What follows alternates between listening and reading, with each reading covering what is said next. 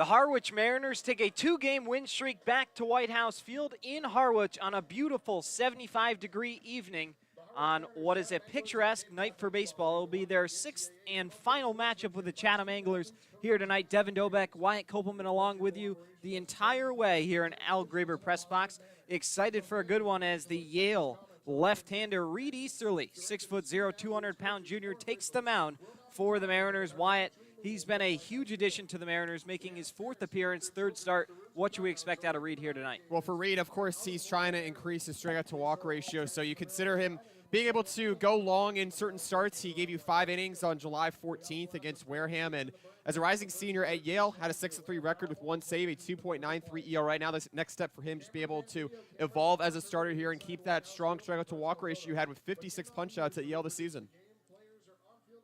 Let's meet the Chatham Anglers starting lineup.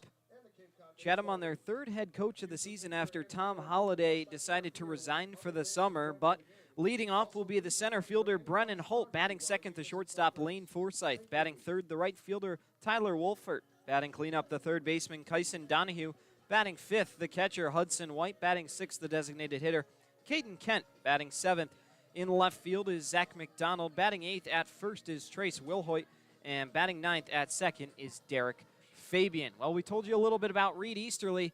Comes in with a 2-1 record for the Harwich Mariners, a 2.46 earned run average. Team high 2 wins also to go along with that. He's thrown 11 innings, 6 strikeouts to 5 walks, and 10 hits. Loves to pitch to contact. Not a huge blow-it-by-him guy, but a Chatham lineup who's seriously struggled this season will be put to the test against a great left-handed starter. Brennan Holt, the center fielder, digs in. Standing in that left-hand side, and the first pitch, we are underway with a strike at exactly 5:30 on the dot. Beautiful night for baseball, as we mentioned. Right around 75 degrees, and it hasn't had that muggy humidness in the air that's been there the last week or so. Next pitch misses just up high to make it 1-1. Harwich in their home cream uniform says Mariners across the chest in navy with navy numbers on the back. All trimmed in red with the red hats and the Mariner Trident logo. Navy blue socks with red and white stripes. Next pitch, check swing. Did he go? They're going to say that it hit him. So a hit batsman for Reed Easterly to start the ball game, and Chatham has the leadoff man on. And Chatham certainly needs to get run production here against Harwich, which is certainly looking to also get a number of wins going into the postseason. When you consider last night the Mariners had that 5-run 8th inning. Meanwhile, Chatham similarly had 4 runs in the 8th inning before Ryan Verdugo was charged with the loss and pitched 2 innings. Looks like Steve Angler still having a word here, the home plate umpire, and Joe Gravino, on what may actually have transpired. Yeah, I mean, he didn't think it was a hit batsman. He thought it was more of a swing than anything, but the umpires are going to converge and talk things over. Chatham wearing their royal blue road uniforms. Says Chatham across the chest in white. White numbers on the back, all trimmed in that reddish-orange color. Gray pants, blue stripes on the side, and navy socks. As it will be a hit batsman, and Holt will remain at first base for Lane Forsythe. Forsythe, the right-handed hitter, stands in against Easterly, playing shortstop tonight for the Anglers, who were just ruled out of the postseason. As this one's grounded softly back to Easterly, he'll go to 2nd to 1. Rivera on to first, and it skips all the way past to the dugout, but Ethan Anderson, doing the catching tonight, is there to back it up, and it'll be a fielder's choice to make it 1 away. That was a great cover that time by Rivera, playing shortstop for the first time this season as well. Alec Almadillo sliding over to the DH spot, and just missed it a little bit that time to Talmadge Lecroy, also making a start at first base for the 2nd time on the season. So Mariners will have to be sharp in the infield with 45 errors on the season, but as you said, a fielder's choice. Mariners have taken 3 of 5 from the Anglers thus far, including both matchups at White House Field. Some thrilling ones at that, as this one's going to be ripped way out in a deep left field. Going back is Leary at the wall. It clangs off the Milton Cat logo and down. As being held up at 3rd is Lane Forsythe. He was actually getting wheeled home by the 3rd base coach, but missed the sign, and so it'll be a stand-up double for the batter and Tyler Wolfert, and there's runners in scoring position for the Anglers early on. Just as the urgency for Chatham to get the run production is mentioned, that should have been the first run of the game, but instead a little bit conservative that time. Brennan Holt, seen the Mariners giving out free outs on the base pass at times this season with some liberties that they've also run into on their own. So it'll be interesting to see here how Reed Easterly can work with out of the stretch with still one away. Kyson Donahue digs in from the left side. Now an RBI opportunity for him with one out. Pitch from Easterly misses way up high for a ball, 1-0. First matchup between these two came back on June 21st at White House, a 5-4 walk-off win for the Mariners. A thrilling one that was, as Ali Camarillo was able to seal the victory. Next pitch is going to be rolled softly over and into right field for a base hit. In to score is one run. Here comes another. And so it'll be 2-0 Anglers. An RBI single for Kyson Donahue, and that one got right past LeCroy and the second baseman in Keister. Just a soft chopper that was placed in the right spot, and so it'll be 2-0 Chatham early on. Yeah, Chatham is putting pressure here on Easterly, and it's a little bit of mixture of ground ball and fly ball contact. It's not like the defense can't move behind it, though, and this is what you need to do in order to get some quick outs and avoid giving away some free opportunities. Hudson White, the catcher for the Anglers, now digs in, and here's the first pitch to him. Right down the middle, first strike, it's 0-1, 90 miles per hour from Easterly. Circling back, the next matchup in first at Veterans Field was back on June the 30th. After a couple rainouts, eventually they got it in, an 8-1 Angler win at home. Easterly misses that one outside to make it 1-1. Then back to Chatham on July the 3rd, a 10-6 loss for the Mariners. Over to Harwich once again on July 9th, where they were able to pull out a 7-6 victory despite not having much offense the last 6 innings of the ballgame. And then most recently, a very impressive win for the Mariners. That came back on July the 24th, a 12-0 victory for Harwich.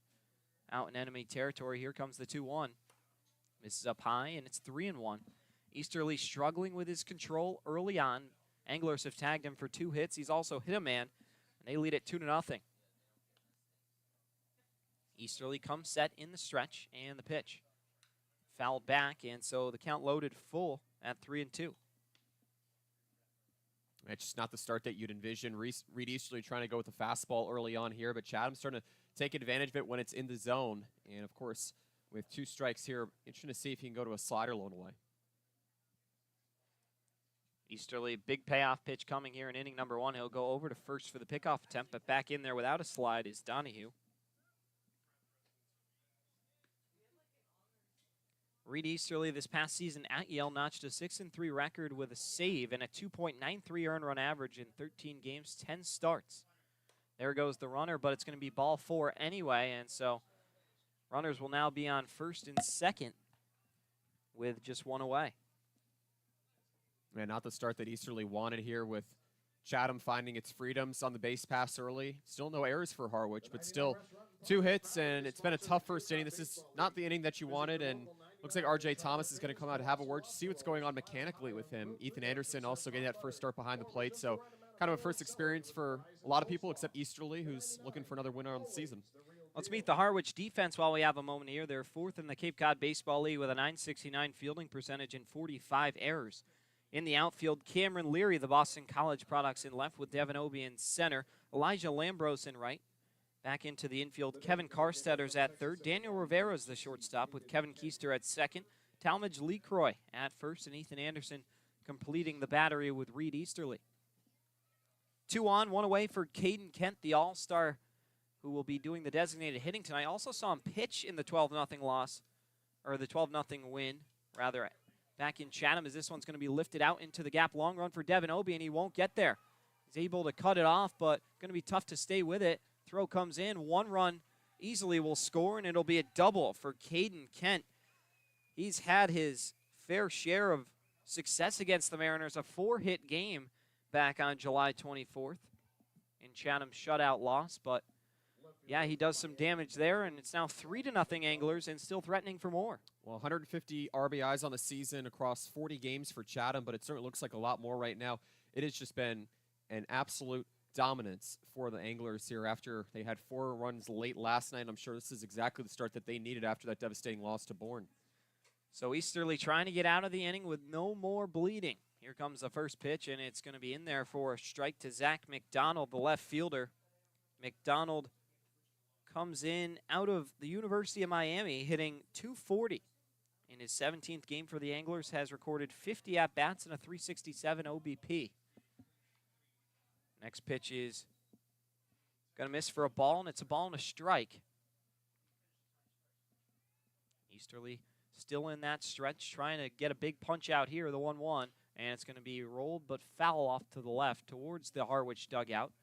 And it's 1-2. And yeah, we'll have to talk more about that game last night, but what resilience from Harwich, trailing 6-2 after they were able to tie it at 2. And then just a big rally in the 8th inning, a 3-run homer from Kevin Keister to tie the ball game, and then a solo shot from Obiez. There's a strikeout from Easterly. His first of the day, couldn't have come at a better time. And it retires Zach McDonald. There's now 2 away. It's a big out to get here in the order, and McDonald's this past season at Miami of Ohio in the MAC had 32 RBIs, so you know that he's going to be very capable of driving in runs later in the game. Reed Easterly getting the upper hand that time. Trace Wilhoit, the first baseman, digs in, trying to add to Chatham's 3-0 lead, but he flies this one out into center field. Devin Obie jogging off to his left now, sets under it, makes the catch for out number 3, but the Anglers strike for 3 runs on 3 hits along with a hit batsman and take the lead 3-0 here in inning number 1. We'll take a quick break and step aside. Returning here on the Harwich Mariners YouTube network to Meet the Mariners.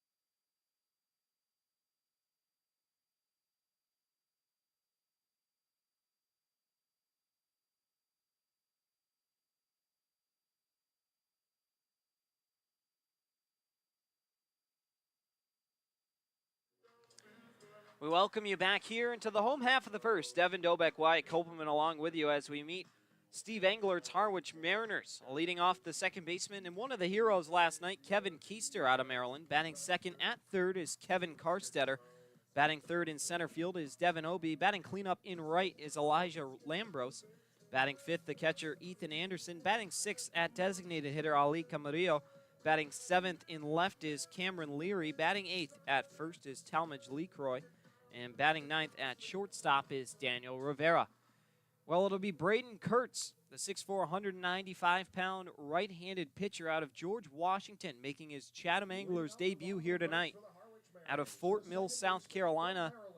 He's played 2 seasons for George Washington, most recently an 0-1 record with a 14.59 earned run average in his 12 games. No starts, 12 innings, 12 and a third innings, rather, 18 hits, 20 earned runs, 15 strikeouts to 15 walks, and a pair of hit batsmen.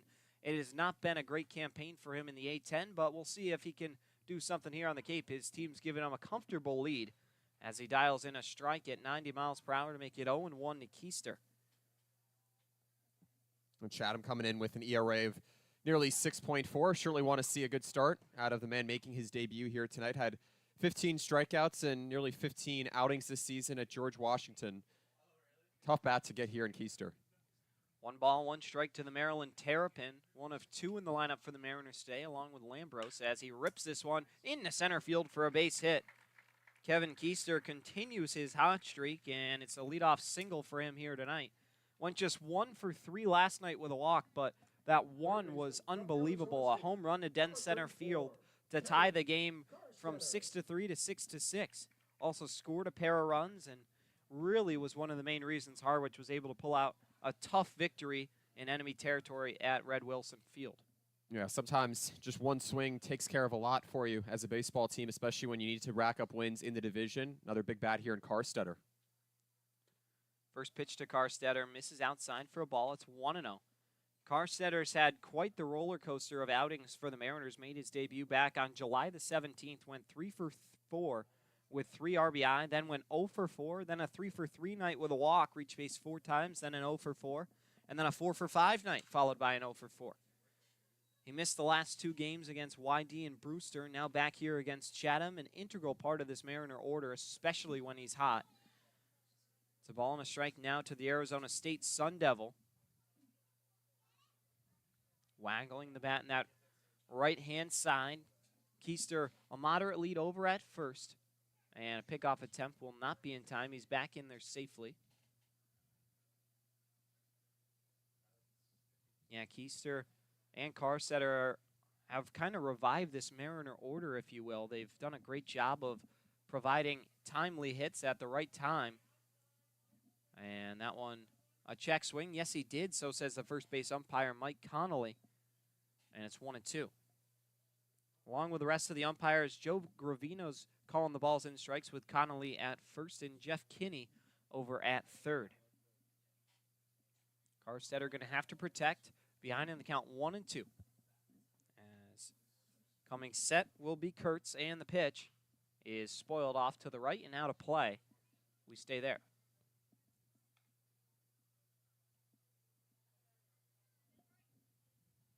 Chatham, as I alluded to early, has been eliminated from the playoff picture. The East and West both have their 4 teams that will be competing for CCBL royalty in just over a week. 1-2, there goes the runner. It's a strikeout, and the throw down is not in time. A nice slide from Keister to get in a scoring position, but Carstetter's retired. Last time Harwich and Chatham met on Monday, the Mariners were able to get 3 runs in the first inning. So you have to imagine there's a sense of urgency here, especially given that you're trying to fight for the right seed that you want. Of course, the Mariners want that home field advantage. They don't have to go to Orleans. They want to be hosting Orleans. But before that, the Mariners do have to go to Orleans one more time, a place where they've been very dominant this year. Devin Obie had a team-high 7-game hitting streak coming into today's action. Also a team-high 11-game on-base streak. It was Brian Arndt with the on-base streak before he had an 0 for last night, as Obie's behind 0-1. Devin Obie's just really been an integral player in this Harwich order. Had the game-winning home run last night in the 7-6 victory. Here comes the 0-1. This is up high, 1-1. Obie leading the team in hits with 29. Tied for the team high in triples with 1, along with Jacob Humphrey. Leads the team in homers with 5, RBI with 23, walks with 16, and then unfortunately strikeouts at the top of that category as well with 36. 1-1. Dropped in there for a strike, an off-speed pitch at 84, and it's 1-2.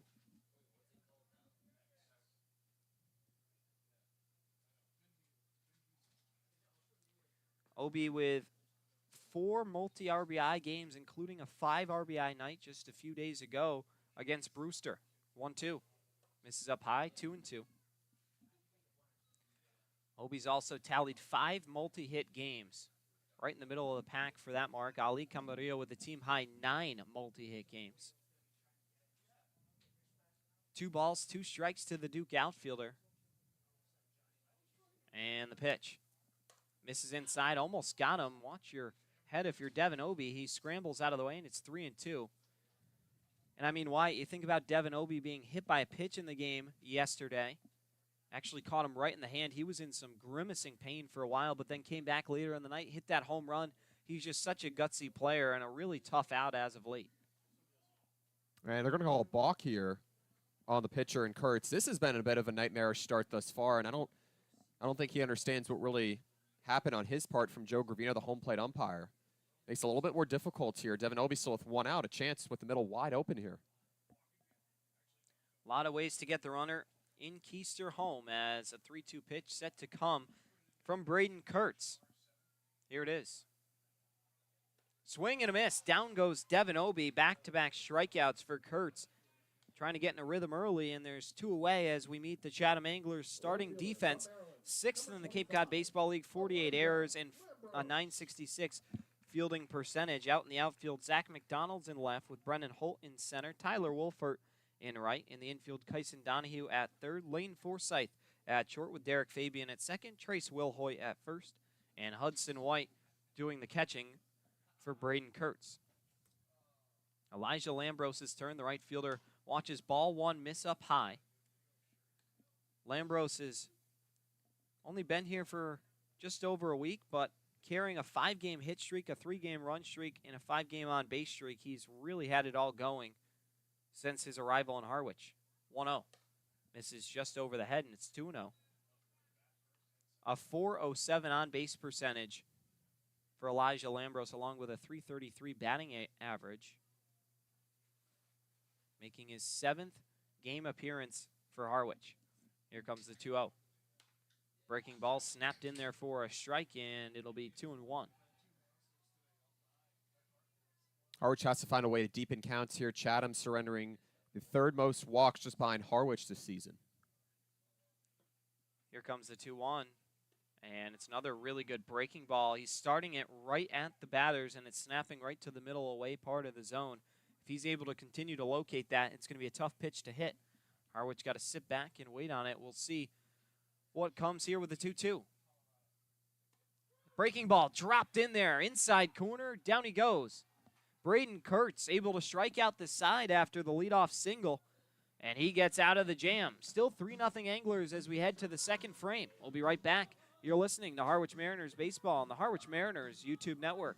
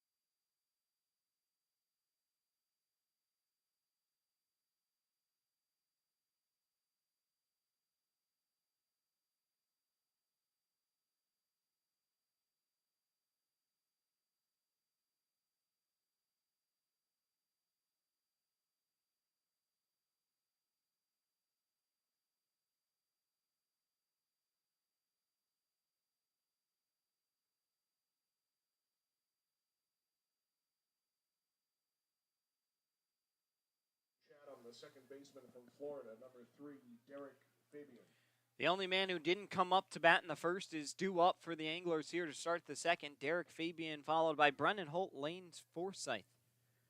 As Easterly back out in the mound looking for a smoother second inning, ran into some serious turbulence back in the first, surrendering 3 runs on 3 hits, and that's not really what we've been seeing from Easterly up until this point, so kind of odd.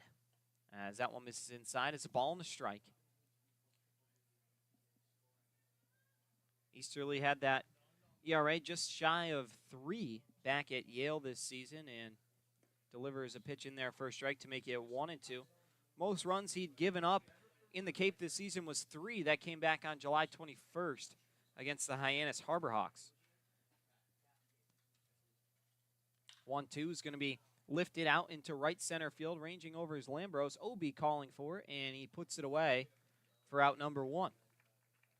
That's what you need if you're Easterly. Gave 3 innings to this pitching staff with 3 allowed earned runs on 7 hits, 3 walks, and that 5-3 loss at Hyannis. But starting to settle in here. He got a strikeout and is retired 3 in a row here. But the top of the order coming back up, he has to feel a little bit more relieved that he's been able to get through it at least once and that he's been able to get a few outs with it.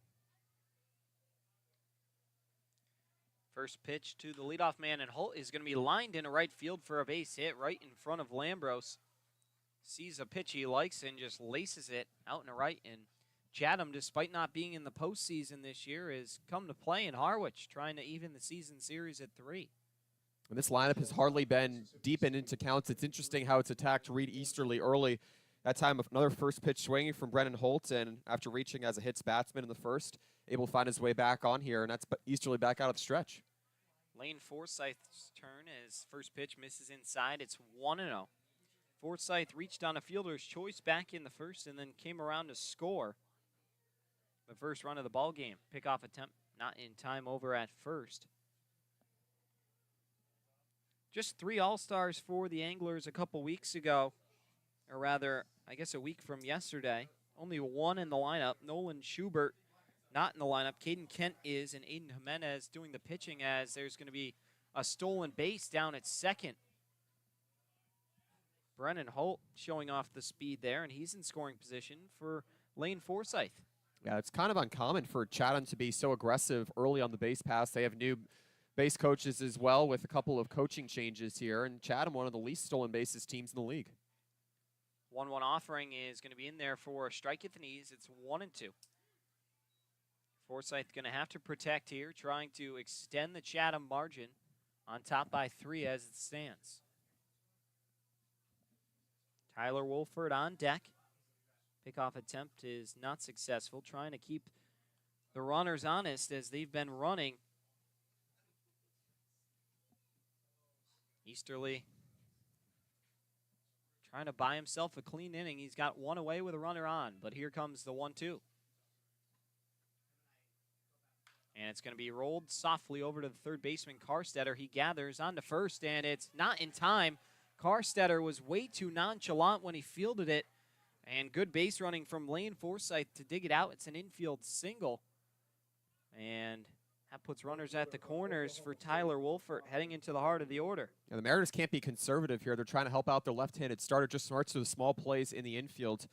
Fortunately, it didn't turn into an error for Harwich with 45 on the season, but to have runners on the corners here for Chatham after its late comeback attempt fell short last night is huge. Yeah, Carstetter, unfortunately, has had a tough bid over at third this season. We saw him make an error through the legs a couple weeks ago. Now in his second stint at third, has already made a blunder here to cost his pitcher an out. It's 1 ball and no strikes to Wolfert. Doubled, came around to score back in the first. Here comes the 1-0. Popped up, shallow right field, might even go foul as Lambros ranges over on the line, makes the catch, tagging up, heading home is going to be Brennan Holt, and it's 4-0 Chatham, just like that, a sacrifice fly for Wolfert. Well, if Chatham can make the small angles work, then it takes its early lead into as late as possible, try and make Harwich pitch out of the bullpen, take Reed Easterly out of the game. Right now it's working just to be able to get some early runs, something that is sorely needed. Not getting a lot of runs with 4.5 average per game this year.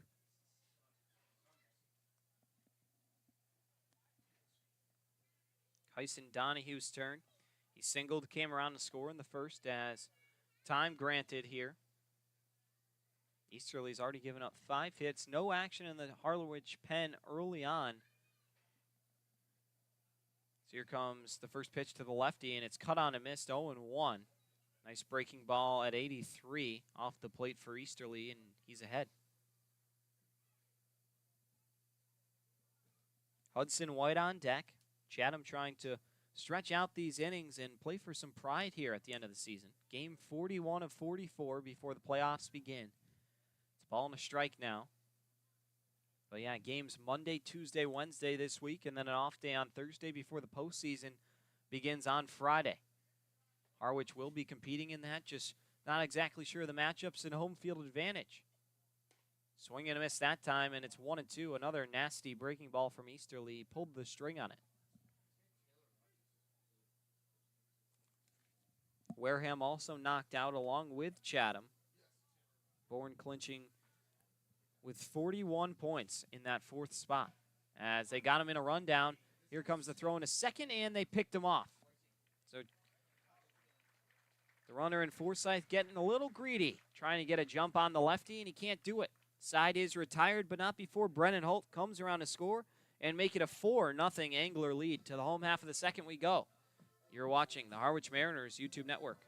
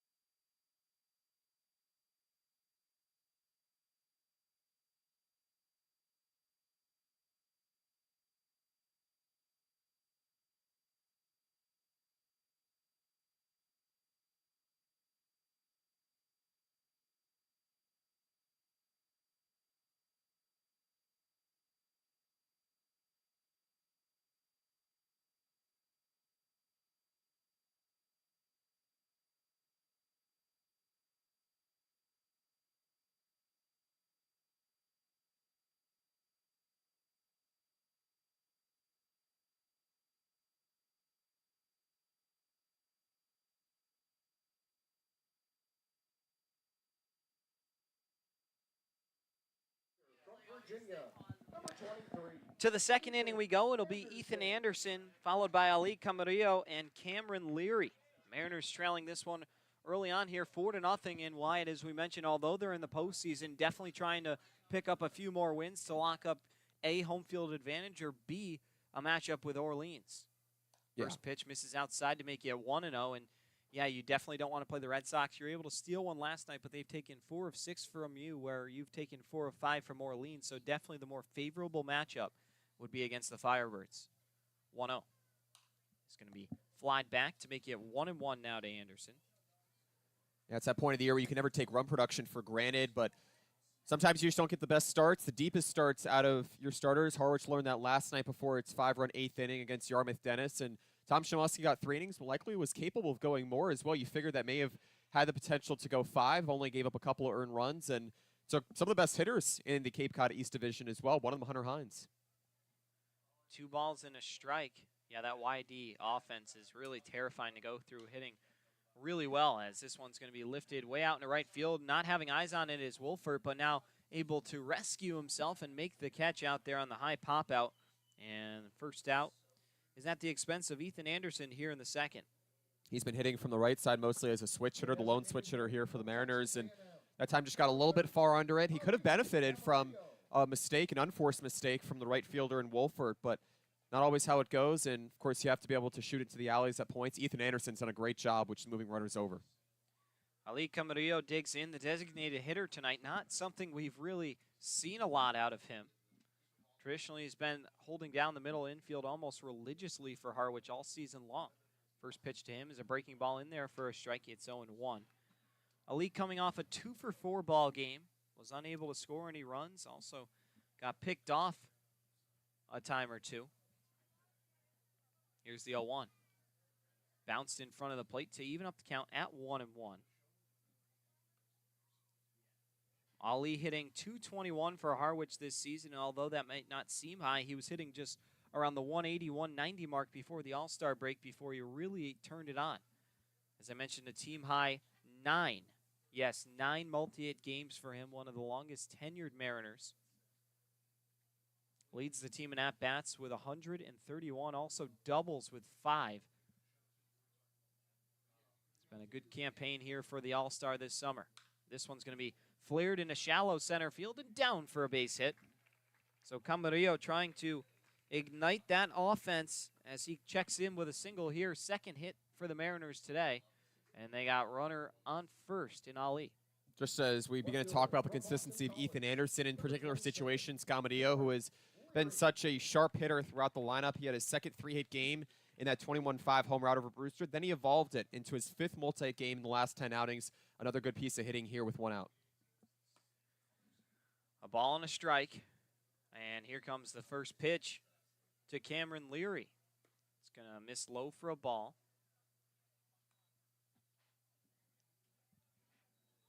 One ball, no strikes to the Boston College product.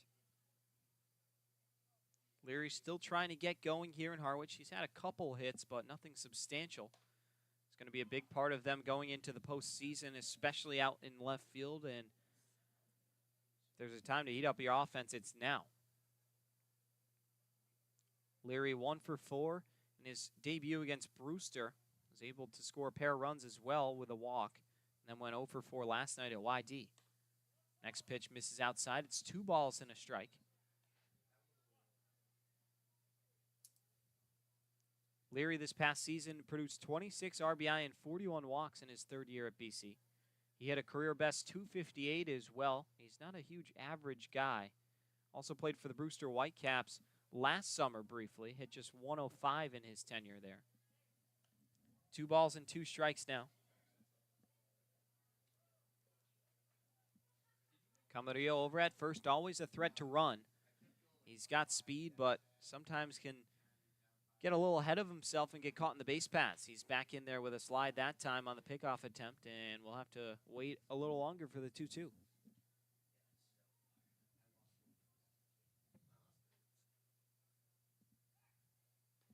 Another pickoff attempt unsuccessful. Now seeing that me and Cameron Leary were born on the exact same day in the exact same year.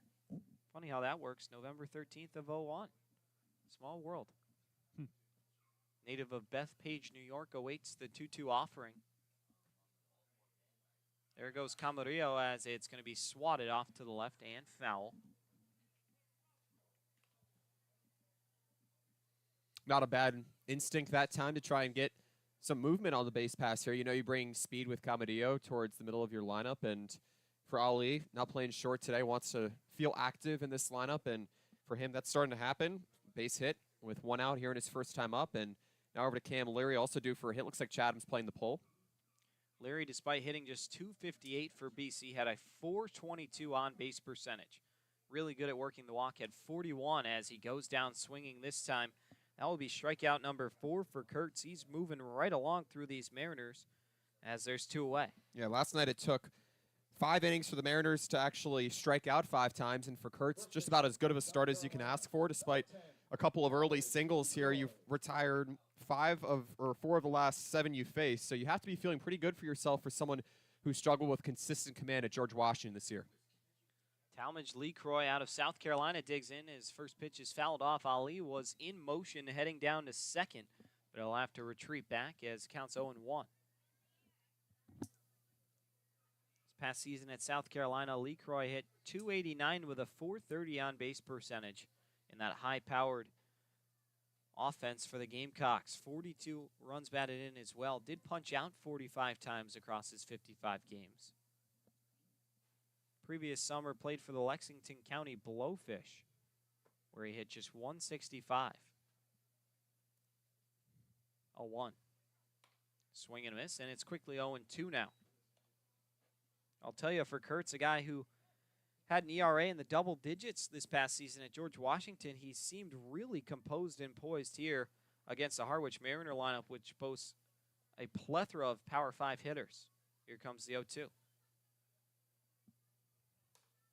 Just misses up high. Lecroy, good eye to lay off, and it's now 1-2. Plethora of double hitting Power 5 hitters as well. A team with the second most doubles in the league. Haven't really seen it here tonight. It'd be a huge jolt if Lecroy is able to shoot one into the alleys. Here's the 1-2 offering. And it's going to be grounded over to the third baseman. Actually couldn't come away with it. Donahue tried to rush the throw, but didn't ever gather the ball. And so see how they rule it, but Mariners with a runner on first and second. Yeah, it's a play that seemed a little tougher than it actually was, in the sense that it was a slow rolling ball, but for Donahue, try to position himself accordingly. And you still take the runner at second if you're Harwich, trying to get the ball past the infield that time and just relying on a little bit of an unforced play. And instead, it's going to be a hit here. Yeah, they will credit Talmadge Lecroy rather, with a hit.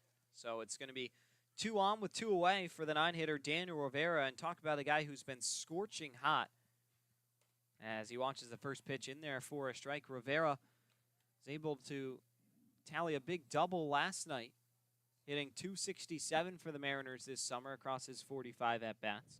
.421 on-base percentage, also 11 walks to go along with those 12 hits.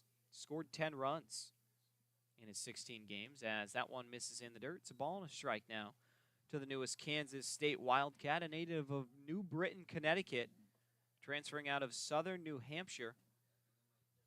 Last summer was in the NECBL with the Danbury Westerners. Played for the YD Red Sox back in 2021 after a stint with the New Britain Bees of the Futures Collegiate Baseball League. He's been just about everywhere. Played for the Winnipesaukee Muskrats as well in the NECBL. Actually played for the 3 main New England Collegiate Summer Leagues in that 2021 summer. He's a journeyman across New England, a journeyman across the base pass as well. 2 walks 2 nights ago as well. Everyone had a hit in that 21-5 route. 2-1 is going to be lifted into shallow left field and into the glove of a diving Zach McDonald. A sensational inning-ending play to keep the Mariners off the scoreboard. That one's going to be all over the highlight reels as the inning ends. So the Mariners can't make anything, and they strand 2 on the base paths heading into the 3rd inning. Still 4-0 Anglers. We'll be back in a flash on the Harwich Mariners YouTube network.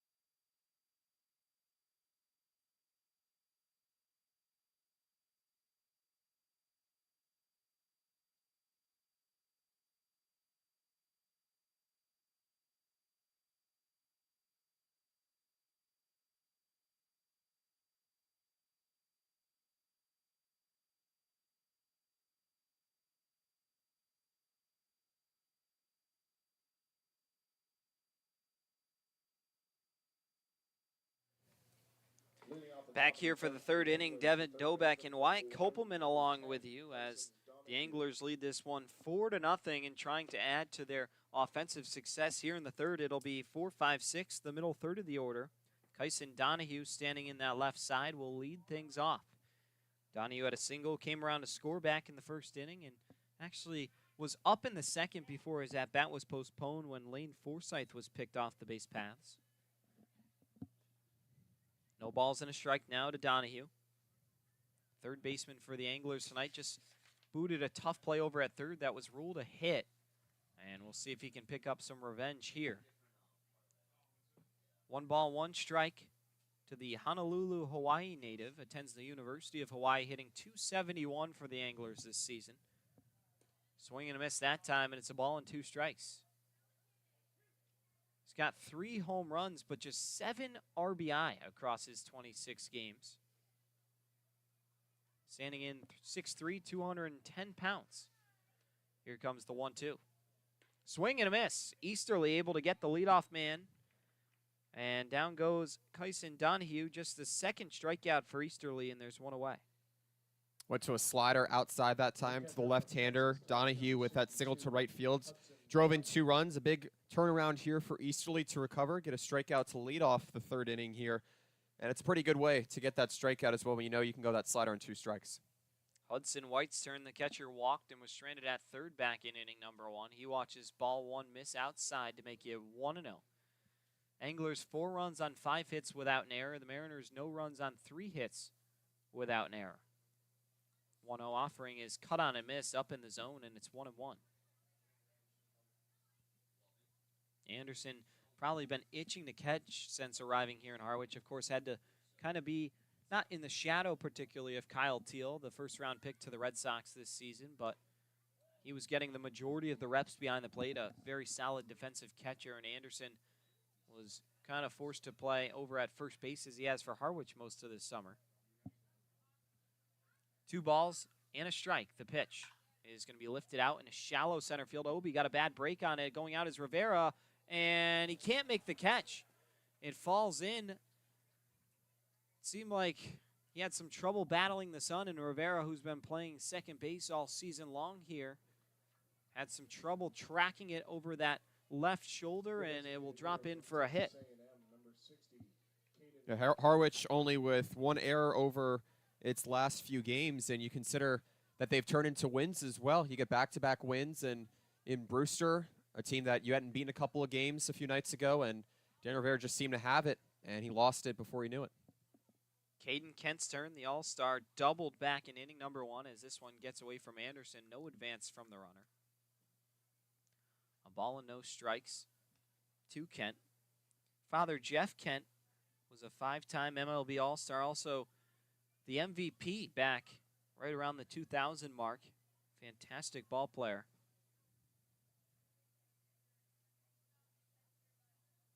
1-0. Checked his swing. Yes, he did. So says the home plate umpire and Joe Gravino. And it's a ball and a strike.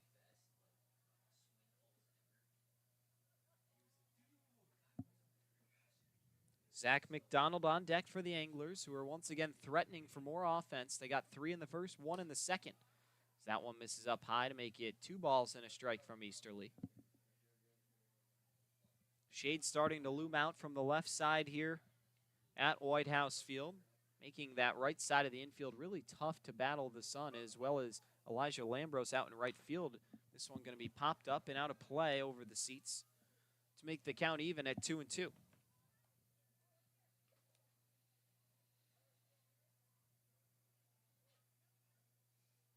Interesting night here in the Cape Cod Baseball League. The Armathenius Red Sox avenging a little bit of what happened late last night with their pitching. A 9-4 lead over the Brewster Whitecaps on the road. The Falmouth Commodores and the Bourne Braves just getting underway from Doran Park. 2-2, cut on a miss. Down he goes. So Caden Kent retired on the swing. He's really frustrated that he went fishing for that one, and so that will be out number 2 here in the third. Second time through the order here for Reed Easterly. You expect to have some more continuity with your strikeouts and being able to not get into such deep counts, and Caden Kent was on the verge of doing that, taking Reed Easterly deep. But again, Easterly going with the off-speed pitch low, and it's helped him. Umpire issuing time here as McDonald digs in. He was the first strikeout victim of Reed Easterly. That came back in the first inning. Another chance at him here with a runner on and 2 away.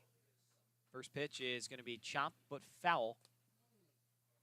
And so it'll be 0-1.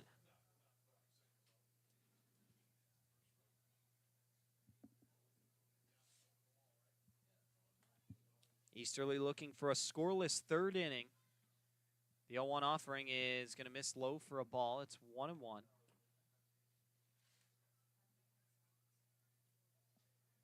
This season for McDonald, still trying to get his footing, hitting .240. 12 hits and 11 runs in his 50 at-bats. 1 ball, 2 strikes now. Reed Easterly about to put him on the ropes here. Big strike 3 would be huge for his confidence, as the pitch is going to be chopped softly over to third. Carstetter fielding, long throw over, and it's going to be not in time once again. Kevin Carstetter having some trouble with his timing over at third, and probably should have charged that one in hindsight to get it on the second bounce, Wyatt, but instead it's yet another infield single for the Anglers, and they now have their 7th hit of the ball game. And certain plays can't be deceiving if you're trying to get quick outs, and Chatham, albeit doesn't have a lot of speed on the base pass, certainly want to take advantage of just different conundrums here in the infield here for the Mariners. You have to be able to make the plays with 2 outs. Trace Wilhoit checks his swing, but it's in there for a strike anyway to make it 0-1. 82-mile-per-hour off-speed pitch. Derek Fabian on deck for the Anglers as Easterly comes set, checks the runners, and now will come home.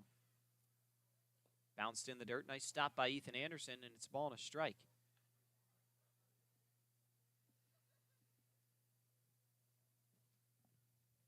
Hudson White had a 1-out single to get on, and then Zach McDonald a 2-out single in the infield to make it first and second for the Anglers with 2 away. 1-1. Misses just outside. It's 2 balls and a strike.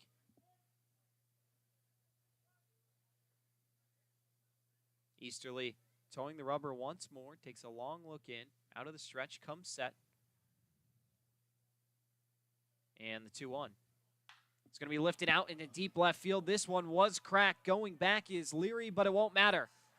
Way over the wall out and left, and it's a 3-run blast for Trace Wilhoit to blow this thing up, and it's 7-0 in favor of the Anglers. Wilhoit certainly dominant with the home runs this season at Lipscomb in his second year. 66 RBIs for those 17 home runs, and that time took advantage of a fastball, just left a little bit below the letters, and Easterly can't buy that one back. It's a 7-0 lead, and unfortunately for Easterly, not getting a lot of offense behind it for support with just 3 hits. So, yeah, it has not been his night, but in the same vein, I mean, we always talk about hindsight here because that's kind of something that we do as broadcasters, and Carstetter, he's got to be shaking his head. If he was able to make that play, then the inning would have been over. But instead, his team surrenders another 3 runs. 7-0 Anglers. They have come into White House with a taste for blood as Easterly ahead in the count 2-0. Hitters count for the 9-hitter in Fabian. And the pitch. Checked his swing and fouled it off to make it 2-1. Fabian this season hitting .356 in his now 24 games for the Anglers, a .461 on-base percentage. Not entirely sure why he's the 9-hitter tonight with a hot bat like that, but this one grounded over to Carstetter, gathers on to first, and it's in time. A 5-3 put out to end it, and the side is retired, but not before a 3-run jack from Trace Wilhoit blows this thing wide open. 7-0 Chatham as we head into the home half of the third. Right back in a flash at White House on the Harwich Mariners YouTube network.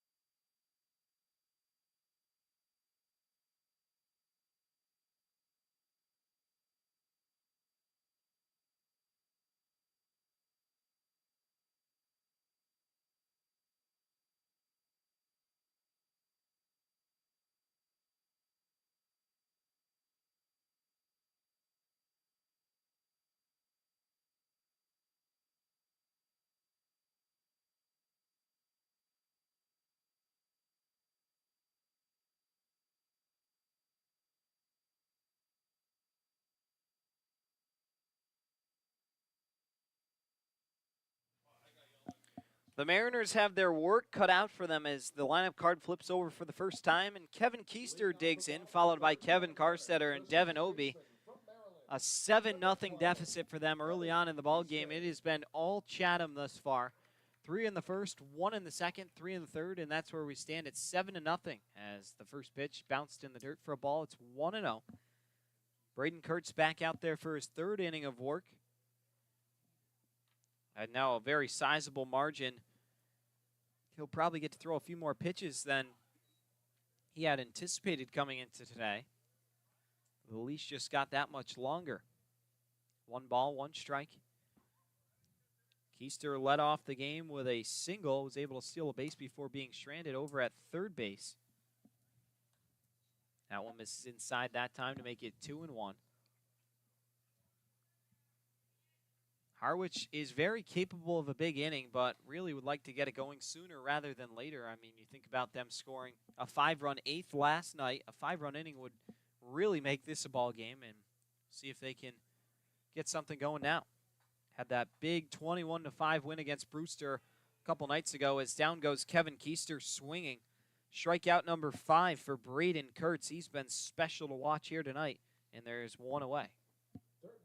Well, the Mariners got just a few big innings two nights ago back here at White House Field. They had that 21-5 rout, their single game high in runs on the season. And then last night just got that big inning when it mattered most in the 8th inning.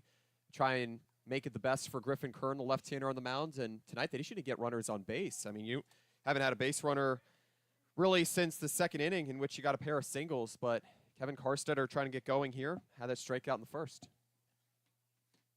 No balls and a strike now to the Arizona State product as first pitch is going to be, or rather the second pitch is going to make it 0-2.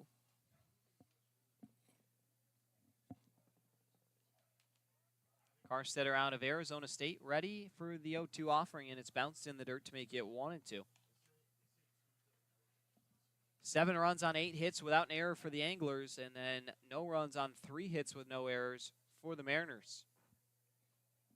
One away here in the 3rd as Kurtz into his windup. The pitch lined into left field for a base hit. Kevin Karstetter trying to take some matters into his own hands after a few blunders on defense. And there's life on the base paths. Center fielder from Duke. It's got the productivity that you expect out of the top of your lineup. A part that only has now 2 hits amongst its first 4 hitters. The bottom 4 have been good with getting a pair of hits, but you need to be able to connect, and that's what Devin Obie's going to try and do here. He's done it twice over the last 2 games with a pair of home runs. Here comes the first pitch to Devin Obie, and it misses inside for a ball. It's a 1-0. Elijah Lambros on deck. Obie struck out, swinging back in inning number 1. Here comes the 1-0. And it's grounded off to the left to make it 1-1. Karstetter down at first. Mariners trying to chip into that Angler lead. Devin Obie with 2 home runs in his last 2 days. Had one against Brewster and then one against YD last night, which sealed the victory at 7-6.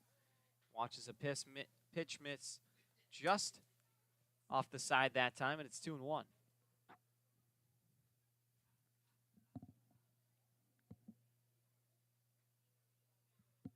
Kurtz comes set. Here comes 2-1, and it's chopped foul to make it 2-2.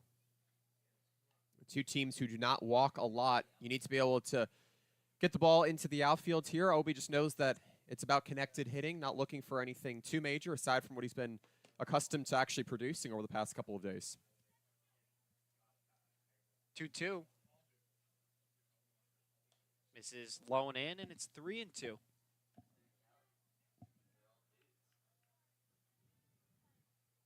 About an hour into this one, still in the bottom of the 3rd inning. As here comes the payoff pitch to the Duke product, Devin Obie. Misses up high, and it's a walk. Team high 17th walk for Devin Obie this season puts another piece of traffic on the base paths, and now first and second with nobody away for Elijah Lambros.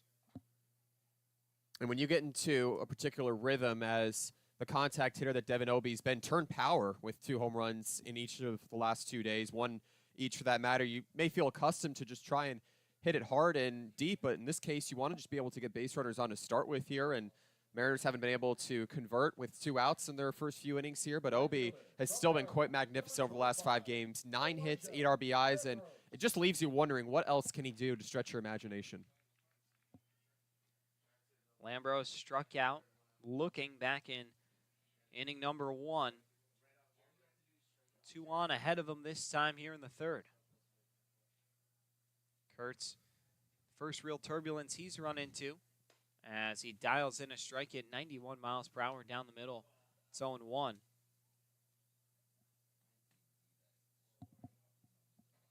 Chatham pitching staff has surrendered a .281 opponent batting average on the season, but Kurtz is starting to fine-tune it and record some outs. Still no runs for the Mariners here into the third.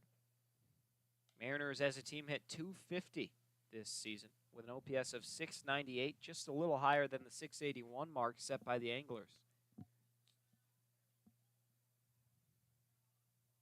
Here comes the 1-1.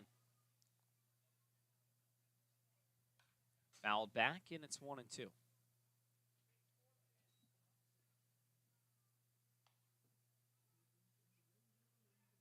This is a great start here for Chatham, just to get 7 runs across the first three innings against a Harwich team that's been hot over the past couple days. Chatham coming off that 2-run loss. Now it's about holding it. 1-2's cut on a miss, and it's another strikeout of Elijah Lambros. The 6th strikeout for Braden Kurtz through his just 2 2/3 innings. 6 of the 8 outs he's recorded have been by way of the K. Rolling right through this Mariner order as Ethan Anderson will come dig in.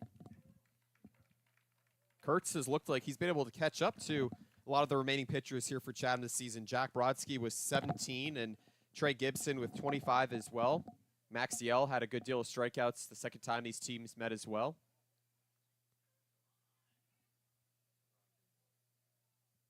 Here comes the pitch to Anderson. And it misses outside for a ball, 1-0. Anderson trying to crank his offense up at the right time, hitting just .183 this season, but that number was at .105 just a couple games ago. He's gotten hot at the right time, up to 11 RBIs as well, including 8 across the last week. Lifts this pitch up and foul to the left, and so it'll be a ball and a strike now to the Virginia catcher.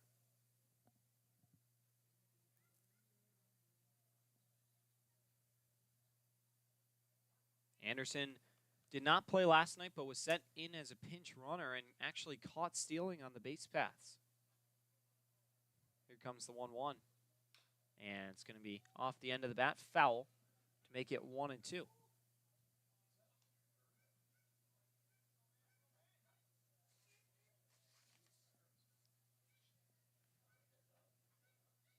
It's a loud dog over there.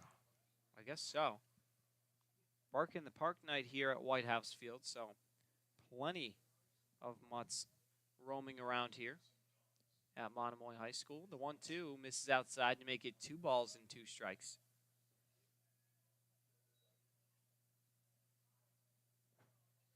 Two on with 2 away, and then a 2-2 count. The deuce is more than wild here in the third. Braden Kurtz set at the waist. Checks the runners, and here's the pitch. And it's going to be lined into shallow left field and down for a base hit. Ethan Anderson trying to keep this rally going as he loads up the bases for Ali Camarillo. Steps up with 2 outs, and the Mariners line up this time here in the inning, falling victim to some strikeouts here for Kurtz, who's been dominant with that facet here tonight. But then you bring up one of your most consistent hitters in Ali Calmadillo. Anderson well aware of the situation to try and get some runs on the board. And this seems like a scenario for Ali to really cash in. He does so well at finding ways to get clutch hits at the right time. He's been able to tally 14 RBI this season with a .270 on-base percentage. Here's the first pitch to him, and he pops it up in the infield. Going to be a tough play with the sun as Fabian goes out and makes the catch in shallow right field for out number 3. So the Mariners leave them loaded. Can't stretch anything across as the Anglers hold on to their 7-0 lead. We'll be right back to the house here in a moment on the Harwich Mariners YouTube network.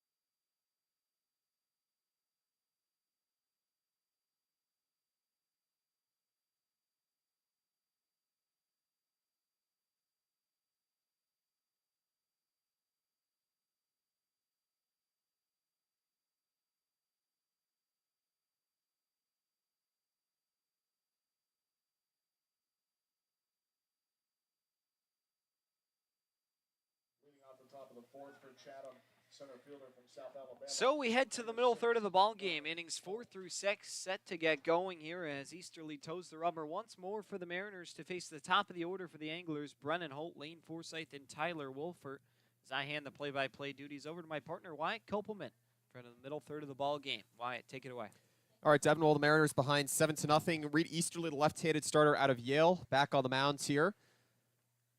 Has had a couple of strikeouts thus far against a Chatham lineup, which has come out swinging and has had a barking approach here at the plate. So it's a cut and a miss, and the third base umpire in Jeff Kinney says he went around. Opportunity here for Reed Easterly to get his first 1-2-3 inning here in the fourth. Brennan Holt up here as he chops it over towards the left side. Karstetter in from third. He zips it onto first, and it's in time. Well, certainly looked a little bit more adamant about getting to the ball a little bit quicker that time. The leadoff man gone here for Chatham in the fourth. Yeah, and I'm sure he's just trying to get the timing down, and that time was able to get it as the ball was hit pretty hard at him and then make a nice smooth throw over to first for out number 1. Harwich's pitching staff getting 16 combined strikeouts over its back-to-back wins over the last 2 nights. Lane Forsythe watches it low for ball 1. 4 1/3 innings out of Griffin Kern out of Quincy University of Division II baseball last night after Byers made his debut, and Tom Shimoleski, the starter for Harwich, went 3 innings. Arguably the most masterful relief outing that the Mariners have gotten this season, aside from the night prior in their 21-5 rout over the Brewster Whitecaps. So they appeal down to third again, Jeff Kinney, and the home plate umpire Joe Gravino concurring that Lane Forsythe went around. It's 2-1 with the Mariners behind 7-0, their final meeting with the Chatham Anglers this season.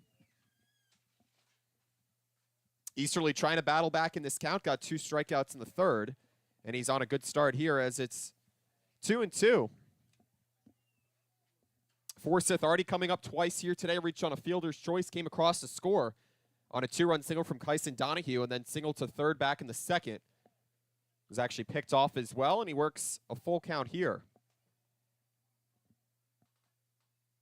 Harwich unleashing a good deal of hitting over at Veterans Field on Monday. Payoff pitch comes down the middle, and it gets called looking. Reed Easterly picking up his 4th punch out here, starting to settle in. He's retired 3 in a row. Yeah, and really needed to get into a rhythm quick as there's action in the pen. Not sure how much longer Easterly will be out there. It looks like they're going to go to Dax Daith at some point sooner or later. So 2 up and 2 away here for Easterly, the left-handed starter out of Yale. So facing a tough part of the lineup in Tyler Wolfert as he fouls it back. Set a productive day, that's for sure. A double came around to score. Also a sacrifice fly out to right. Easterly, the rising senior at Yale, 6-3 this past season. Here's a bouncing ball for Rivera at short, and he gets it onto first, and it's in time.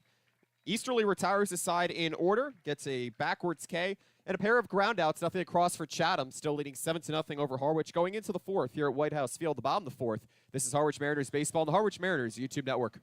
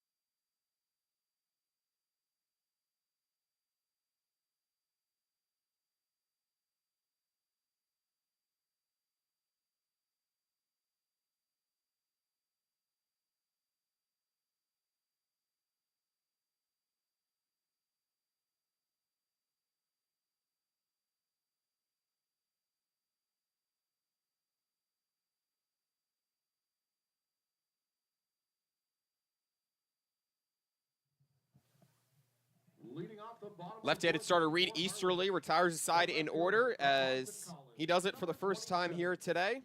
But Harwich in a major hole here in its final meeting with the Chatham Anglers on the season. Harwich entering with back-to-back wins after a 16-run victory over the Brewster Whitecaps 2 nights ago. And last night with a thrilling come-from-behind victory to win 7-6 at Yarmouth Dennis. Fastball just missing on the outer half here to Cameron Leary, the left fielder out of Boston College.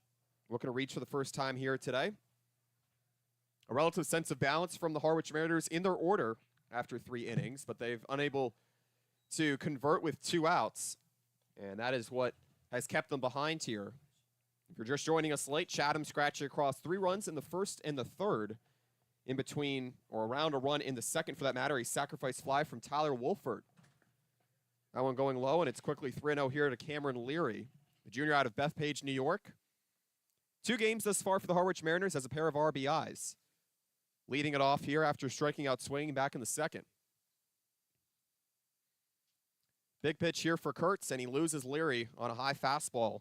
A good sense of discipline that time as the Mariners draw their second walk here on the night.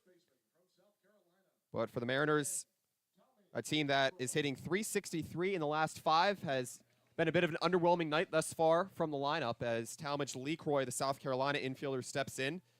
Signal to center field back in the second.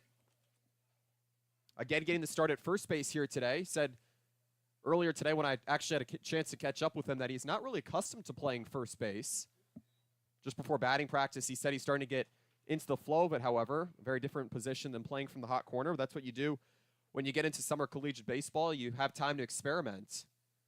So the leadoff man on here in Cameron Leary as Lecroy looks to move that runner in a scoring position. Harwich doing a good job of getting runners in a scoring position over the first 3 innings. Had Kevin Keister over at third after a balk. He singled to center field to lead it off in the bottom of the first, and the Mariners stranded 2 in the second and left the bases loaded in the third. But there was a lot of baseball left to be played here, Devin. You have to imagine that the urgency is palpable here with a 7-run deficit. And it's a cut and a miss that time on a fastball as Lecroy goes down on strikes. He falls to 1 for 2 today. 7 strikeouts now for Kurtz. I mean, isn't this guy in a rhythm? His offense is giving him all the confidence he needs with that 7-run lead, and he's just been able to pour it on out there on the mound. It's been fun to watch and see what he's been able to do thus far. Had 15 strikeouts at George Washington, the Atlantic 10 Conference this past season. And in his debut here tonight for Chatham, has not left any doubt thus far. Set to face Daniel Rivera, the Southern New Hampshire transfer. I mean, yeah, only had 15 strikeouts all last season at GW, and now has 7 here tonight in his Cape League debut. Working out of the stretch here as he's done in the prior 3 innings, and he's been able to get out of huge jams thus far as Rivera lofts it deep to left field. Running back to the wall, McDonald, and the Miami product makes the catch, leaping at the track as that'll force Cameron Leary all the way back to first on a very loud out number 2 here in the 4th. And it's a huge play by the Miami, Ohio product as he could not have gone back much further. Yeah, I don't think he could have gone any further. That one was a home run he just took away from Daniel Rivera. Reaching over the fence, was able to bang into it, make the catch. A great play to take a couple runs and keep him in the back pocket of his pitcher. I mean, you love having guys on defense who are able to make those plays for you. It just completely changes the whole narrative of the game. And, yeah, really good high IQ play from Zach McDonald. High IQ play backing up already what might be the best start of the year for Kurtz, the right-hander out of George Washington, if this is his only start of the year with Chatham only having 3 games to go. 11-27-2, but Kurtz has been able to take care of a lot of key batters here in this lineup. So 1-1 here to Kevin Keister as the lineup flips over here. 1 for 2 after singling to center field in the first and striking out swinging in the third. Good awareness from Cameron Leary as Keister is able to rip it into left field, and it's the Mariners' 6th base hit on the night as Leary will hold at second. And that is the connected hitting that the Mariners need with Kevin Keister coming up, Devin. Due for another hit here, 1 for 2. And, yeah, for Harwich, I mean, 6 hits through not even the 4th inning is not a bad mark to be at. The offense has been there. They just haven't been able to cash in. They've stranded 6 runners through the first 3 innings. They got 2 on here in inning number 4, and we'll see if Kevin Karstetter is able to move them over or score anybody, because that's just been the underlying problem here tonight, giving up runs and not being able to drive them in. Meanwhile, Kurtz on the mound, surrendering just 6 hits for no earned runs here, but has another mini jam to get out of with Carstetter, the State College of Florida transfer up, looking to cut into this deficit here as that one gets down, and that'll send Cam Leary into third on a wild pitch that time.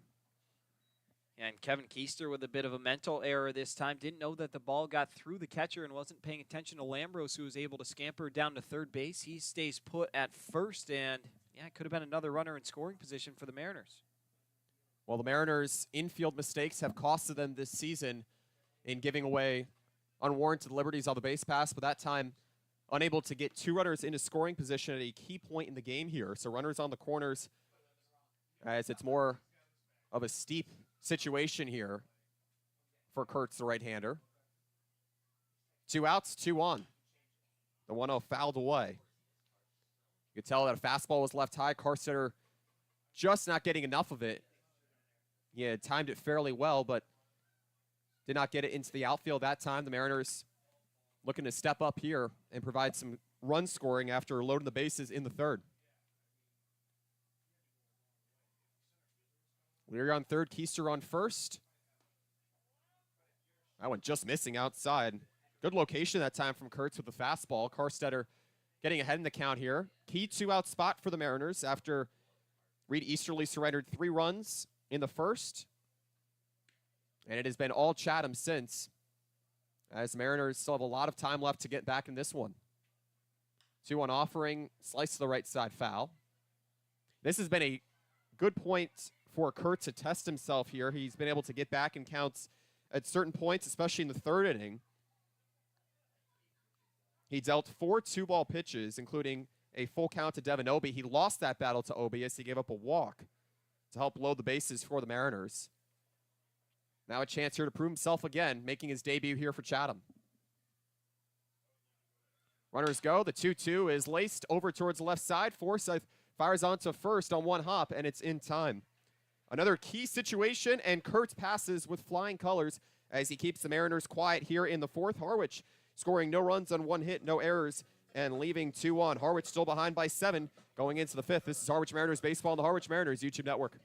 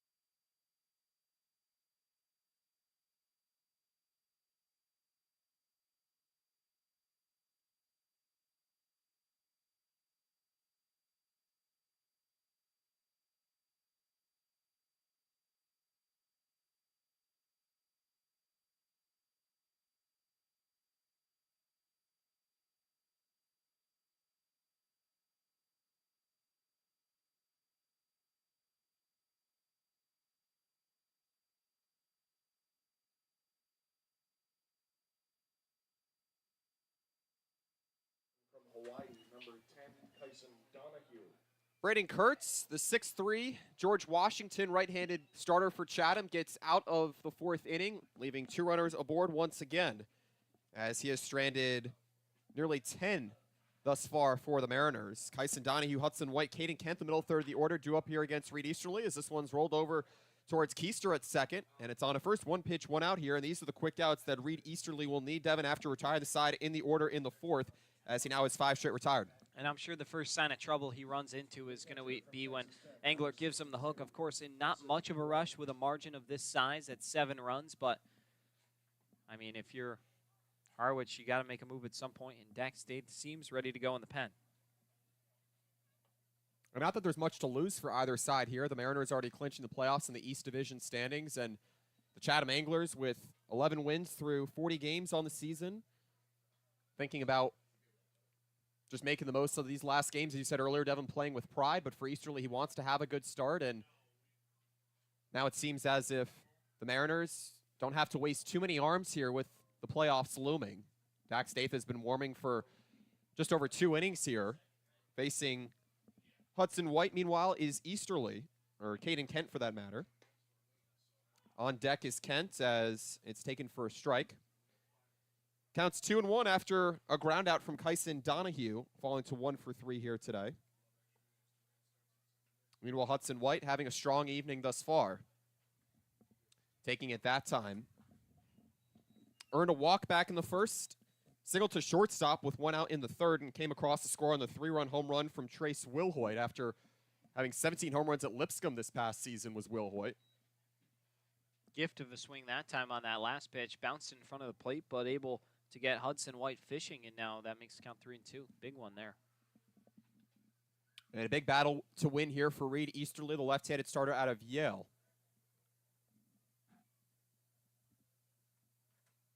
Payoff pitch from the left-hander. Shot out towards left field, and it falls for a base hit.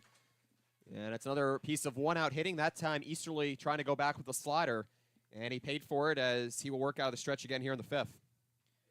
Yeah, unfortunately, it's just been a really tough outing for Easterly. He's run into all kinds of trouble with other teams being able to connect on him. His season-high hits that he gave up back at Yale was actually 10 on March the 19th. Versus McNeese. He's given up 9 here today. Also has only given up 6 earned runs as his collegiate high. This one skied out towards center field. 3 going after it and falls right between all 3. A base hit here for Caden Kent, the designated hitter, and he moves to 2 for 3 here today after the RBI double back in the first. And Easterly was absolutely dominant, similar to what we've seen here out of Braden Kurtz of George Washington, as that will draw out Steve Englert from the dugout. So Yale, the product of Easterly, 3 strikeouts and 2 scoreless innings in that debut against Chatham to earn his first win on the season. But he will get pulled here as Dax Daith is ready to come in here. So just 1 out here in the 5th, and Easterly has run into trouble as the Mariners trail 7-0 here on the Harwich Mariners YouTube network.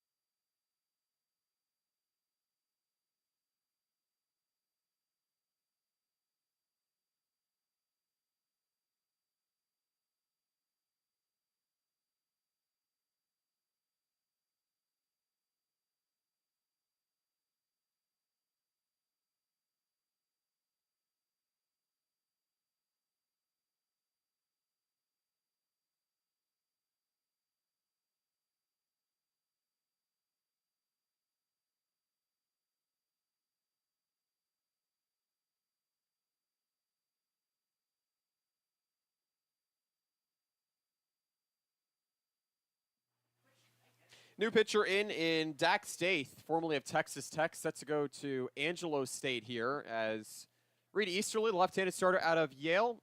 His start comes to a close and would be in line for the loss. 3rd start on the season. His line still open with 4 strikeouts and 1 walk issued as Zach McDonald, the Miami, Ohio product, is in here. Takes the first strike. Dax Daith coming in to this one, looking to get out of a little bit of a jam here. 6'3", 210, the native of Round Rock, Texas, working with runners on first and second. Tries a fastball, goes way outside. So White on second, Caden Kent on first here.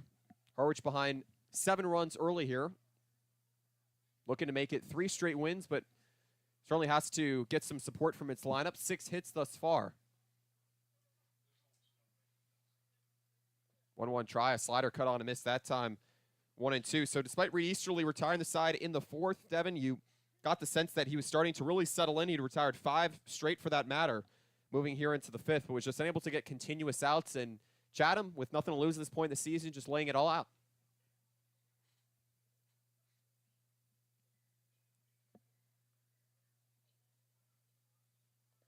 That one going outside. Anderson, the catcher, lost it as both runners get in a scoring position on the wild pitch. So Dak Staith running into some trouble here with command early on after getting a season most 2 strikeouts in nearly 2 innings in that 5-4 loss at Wareham earlier in the week.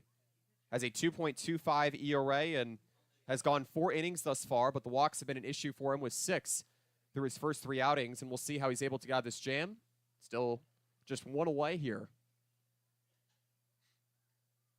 A big pitch already here, looking for his first strikeout and his first batter.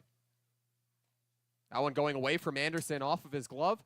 1 across the score in White, and holding at third will be Caden Kent. So Dak Staith not off to the strongest start here, running into turbulent waters early here, and still with 1 away, and another run comes across the score for Chatham. It's 8-0. Yeah, it's just been a control problem for Dak Staith ever since his arrival. He throws really hard and sometimes just gets his command in a twist, and yeah, he's really struggled here. We'll see if he can pick up a strikeout now. 2-2. Slider on the outer half, and it gets called looking, so it's the first strikeout here for Dak Staith, picking up for Reed Easterly. 2 away here in the 5th. Nice pitch that time. Really good location, middle away, and with that little bit of movement as well as the off-speed combination, it was just a fantastic pitcher's pitch for the putout. Dave has the capabilities of going at least 2 innings. That's his season high. He gave up 3 walks, but dealt a strikeout. No hits allowed in the 5-0 loss at Falmouth last week. Falmouth will be set to come to White House Field one more time before the regular season draws to a close. Ball 1 here to Trace Wilhoit, who had the 3-run bomb back in the 3rd. To push the Chatham Anglers ahead 7-0 here. Now 1-1 the count here to Wilhoit. Chatham entering here tonight with the least runs per game in the Cape Cod Baseball League at just over 4.5, and has looked like anything but here. Wilhoit staying conservative here in his latest plate appearance. 1 for 2 here tonight after the 3-run home run back in the 3rd. It's a Chatham team that also is very susceptible to strikeouts, averaging nearly 10 this season, hitting .243 in its last 5 games. And a 2-1 offering just goes low and away on a slider. 3 balls and a strike here to Wilhoit. Balance throughout the Chatham lineup here today. Very similar to what the Mariners got last night, especially with that 5-run 8th inning on the 3-run home run from Kevin Keister and the solo blast from Devin Obie. And the runner on third here in Caden Kent looking to score here with 2 outs. 3-ball pitch, and it goes off the glove of Anderson as it gets away from him, as Kent will be able to walk across the plate. 9-0 Chatham, 2 runs here in the 5th, and the lack of command certainly hurting Harwich again.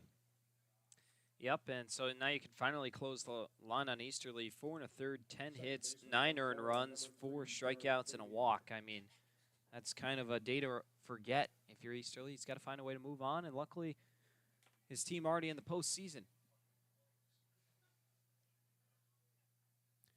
Now over to Derek Fabian here after the 5-pitch walk, as he lofts it deep out towards left field, both going back in Leary and Obie. And that one is over the fence and gone. A 2-run blast here with 2 outs from Derek Fabian, as the Florida product crushes it to give Chatham a further cushion. 11-0 here, and the Chatham Anglers in full control, still with 2 away in the 5th. Yeah, this is a blowout. I mean, Harwich got to find a way to stop the bleeding and play for pride. It's not been easy, but Chatham scored in every inning other than the 4th, and they continue to roll along here, even on the new wing in Dave. 3rd home run of the season for Fabian, entered tonight hitting .356. The native of Ocala, Florida. Over to Brennan Holt as it gets behind Ethan Anderson, the catcher. A little good news, bad news situation. Brewster down to YD 9-6 late in the ball game. but Orleans on top of Hyannis 4-0 in their game.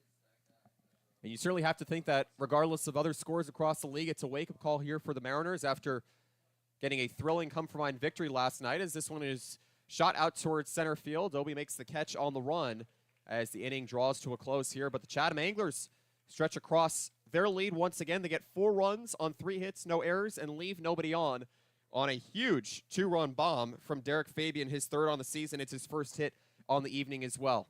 11 runs and 11 hits for the Chatham Anglers. No runs on 6 hits for the Mariners. Halfway home here from White House Fields here on the Harwich Mariners YouTube network.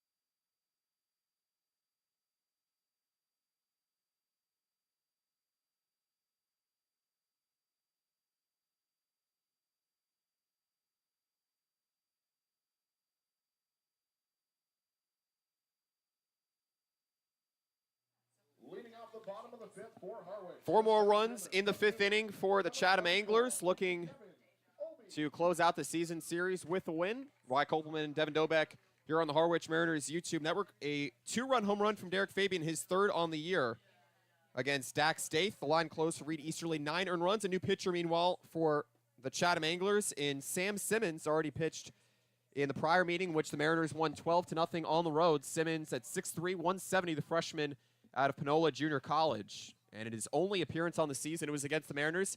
He gave up 4 runs on 2 hits, a walk, and dealt 1 strikeout in that 1 inning pitched in the Mariners' biggest road victory on the season. Devin Obi up here. 3rd time on the day, 0 for 1 with a walk back in the 3rd. Low on a fastball that time from Simmons.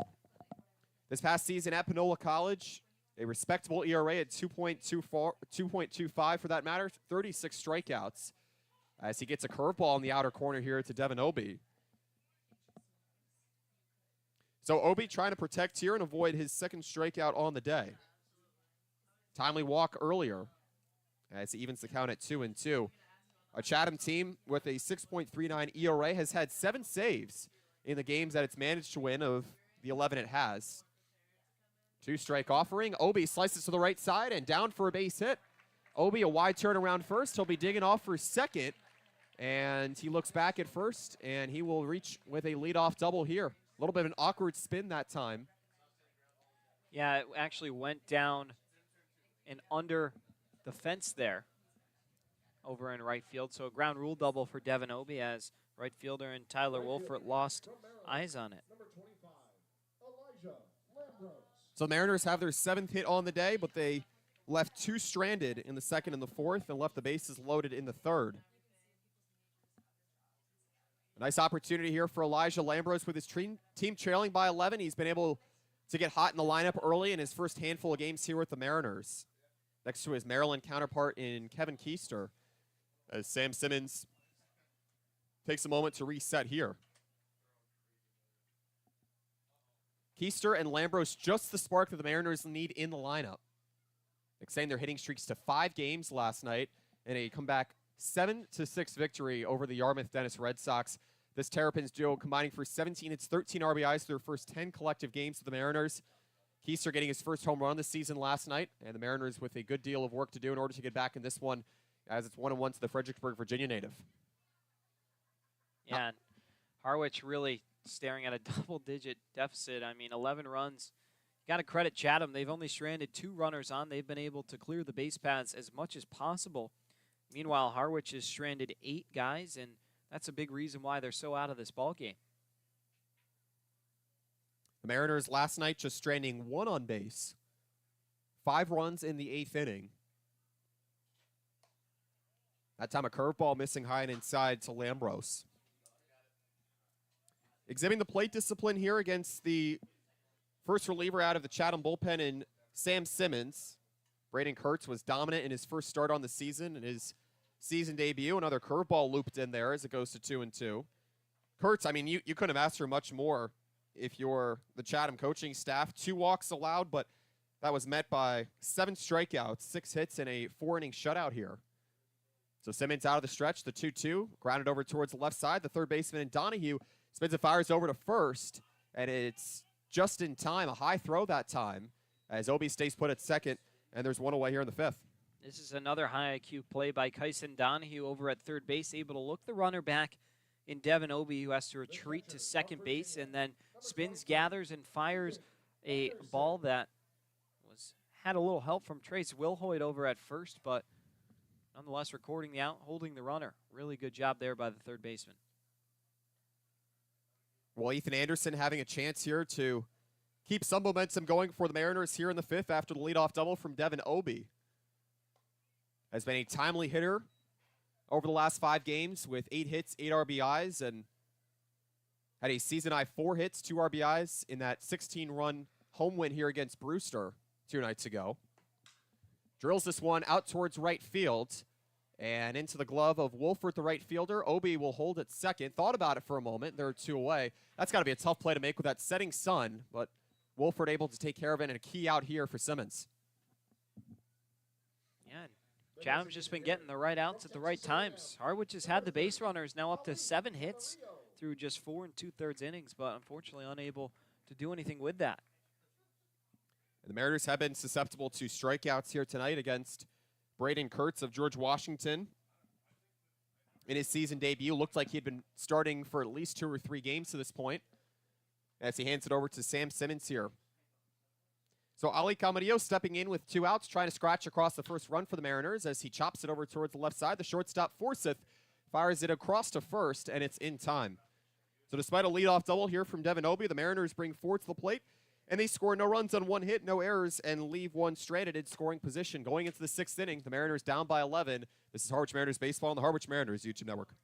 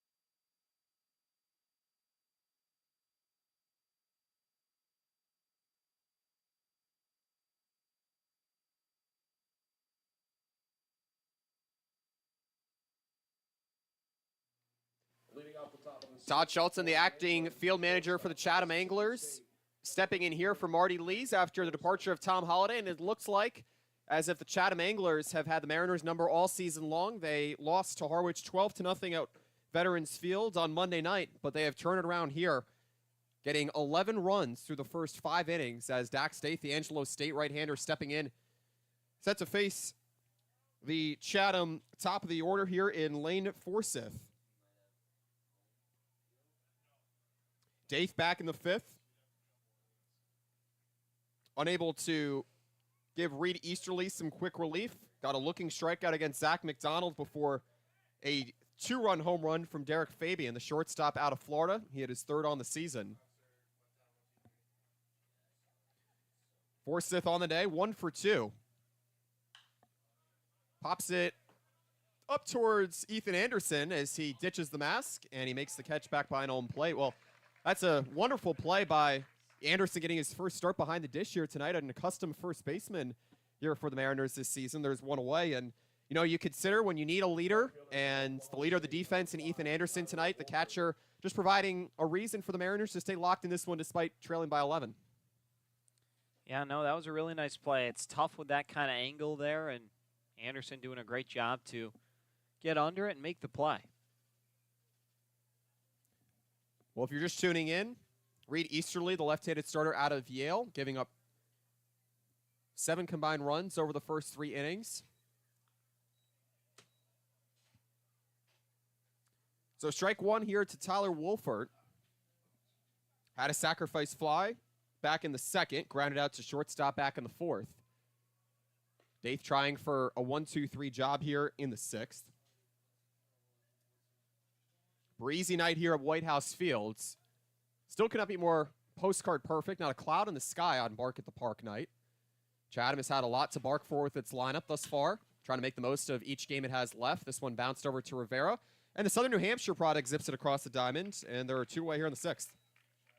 There you go. Dade now has set down 3 in a row. Starting to get a little rhythm here, and if you're Harwich, you just got to focus on everyone doing their individual jobs. This is probably a game that you're not going to be able to win, barring a miraculous rally, but find a way to just improve yourself and get ready for the postseason. Well, the Mariners certainly were aware of the deficit they had last night, the 6 outs they had to work with before rallying for 5 runs in the 8th inning, and then got the save out of Scott Ellis of Angelo State. Ball 1 here to Kyson Donahue, the 3rd baseman. 1 for 3 here today. The Mariners got 4 2/3 innings scoreless out of Griffin Kern of Quincy. And Kern, as a matter of fact, pitched a scoreless 9th inning here against Chatham. I say here, it was over at Veterans Field, and it was a convincing victory for the Mariners, their first victory on the road against the Anglers this season. So count 1-1 here to Donahue. The Mariners with just no runs on 7 hits here. Dax Daith was struggling with the command after getting the looking strikeout against Zach McDonald. A couple of wild pitches from Reed Easterly, scoring 2, and Hudson White and Caden Kent to further the lead in what was part of 4 runs in the 5th inning.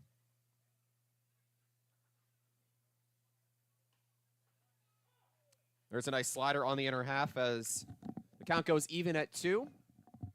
So 2 away here in the 6th. Dax Daith trying to keep Chatham to the minimum here after Reed Easterly got that in the 4th. 2 groundouts and a looking strikeout. Daith, meanwhile, looking for his second punch out here. 2-strike pitch, slider cut on and missed. A convincing pitch that time from the Angelo State product in Daith as he sends Chatham down in order. Nothing across for the Anglers going into the bottom of the 6th here from White House Field. Still an 11-run deficit here on the Harwich Mariners YouTube network.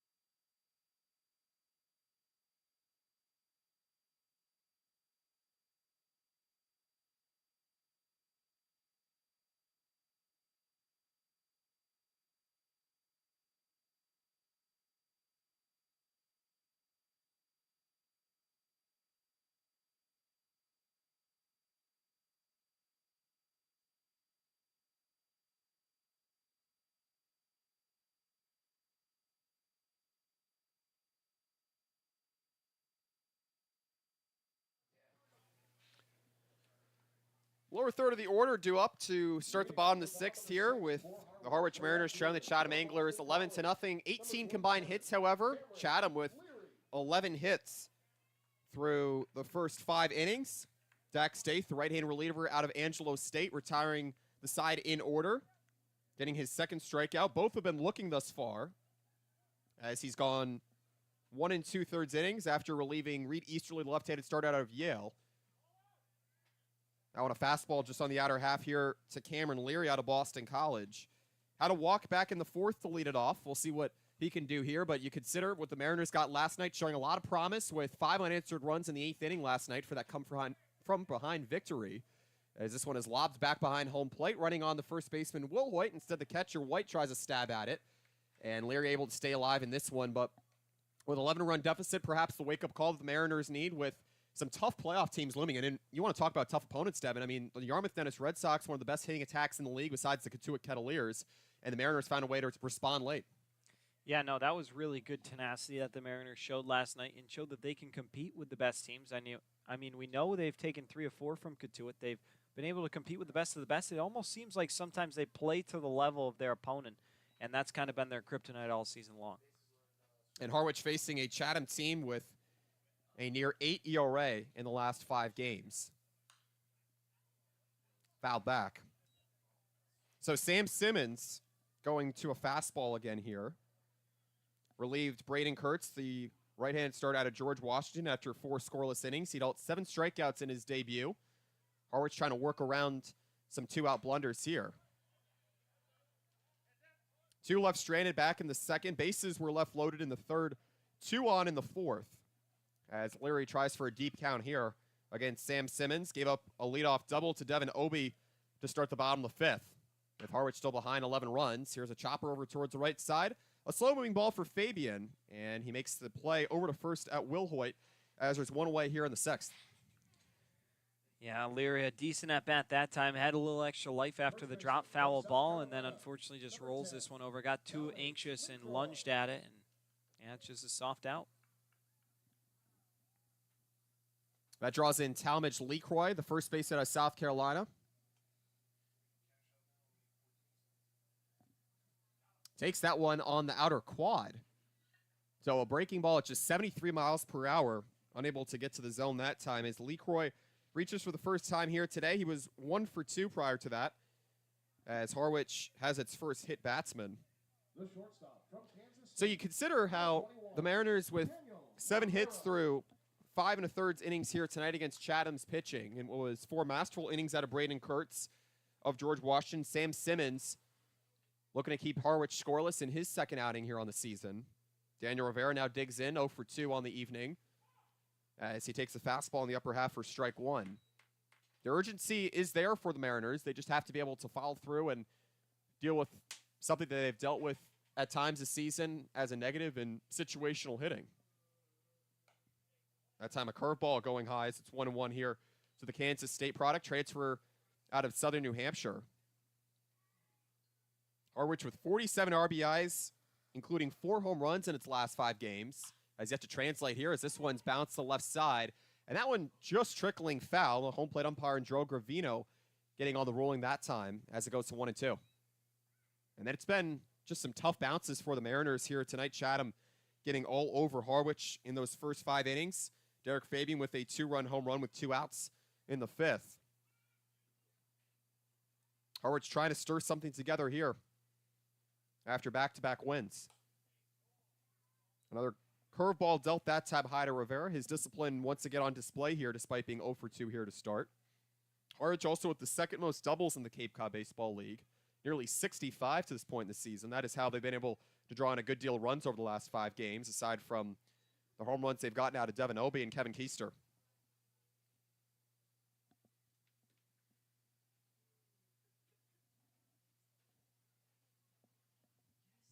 Big pitch here for the right-handed Simmons. That one foul tipped off of Rivera's bat, as we'll do it again. So Chatham with over 300 strikeouts on the season, and in his debut, Braden Kurtz not showing any sense of hesitancy and going to the pitches that he wants to command the box on 2 strikes here tonight, getting 7 strikeouts. Actually has not faced the minimum, however. The fewest he faced was all the way back in the second. Payoff pitch is skied out towards left center field. Holtz moving to his right, and he makes the catch for the second out here in the sixth. Mariners have to get runners in scoring position here. They got the leadoff double from Devin Obie, but Sam Simmons has been successful thus far, similar to the starter in Kurtz. Yeah, no, he just picks up right where Kurtz left off. A really good handoff, and yeah, faced 4 back in the 5th, and now going to face his 4th here in the 6th. He's continuing to roll much different than his last outing against the Mariners in his debut. Kevin Keister, one of the hottest hitters in the Mariners lineup right now, lofts it to the right side over to the Chatham dugout as it will reach the seats. So a 1-out base runner here in Talmadge LeCroy. The Mariners on the season against the Chatham Anglers, 3-2 after picking up their 3rd win against the Anglers with a 12-0 victory on Monday night. Jacob Humphrey was just released this morning by the Mariners, has been the hottest hitter, as Keister takes it for look to be on the wrist guard that time as LeCroy gets into second, and 2-hit batsman here in the 6th. A little bit of a rare sighting here from Chatham pitching here tonight with the lack of control. Yeah, Harwich will take what they can get, though. If Chatham's going to make a mistake, then they can try and capitalize this. We're going to get a pinch hitter here, it appears. So Brian Arndt set to dig in here. And a pinch runner.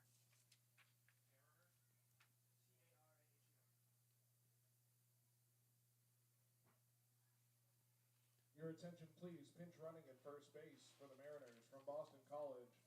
Number 19, Cam Carraher. So Cam Carraher, the Southern New Hampshire transfer, sets a pinch run here for Kevin Keister.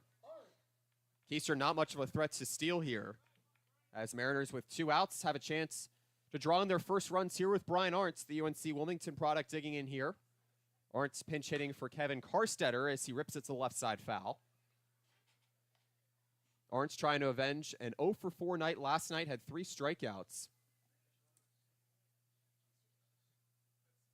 The Mariners have had their chances here tonight with runners in scoring position. Had a runner in Keister stranded at 3rd back in the 1st, as Kurtz, the starter for Chatham, struck out the side. That one takes a bounce in the dirt, gets away from the catcher White, both into scoring position. LeCroy gets the stop sign from the 3rd base coach and Mark Tebow, and an opportunity to drive in now 2 here with 1 to leave the infield. So here you go. Brian Arndt, he's been really good situationally all season long. Now he's got 2 runners in scoring position. Let's see if he can come up big in the pinch hit role.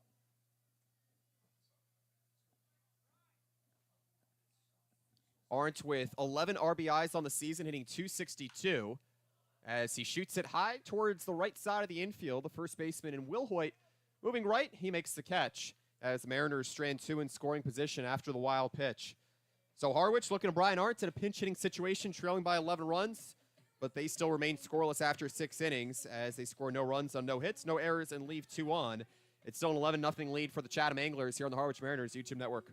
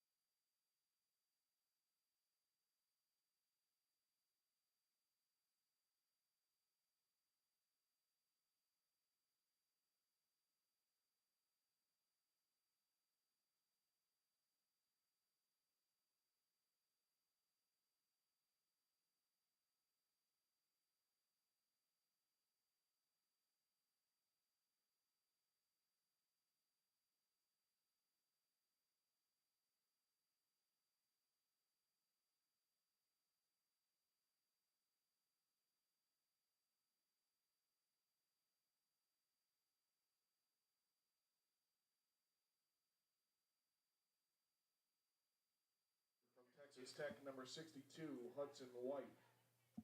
Hudson White, Caden Kent, and Zach McDonald due up for the Anglers, taking their final trip to White House Field this season. An 11-run lead for the Anglers. Wyatt Copeland, Devin Dobeck.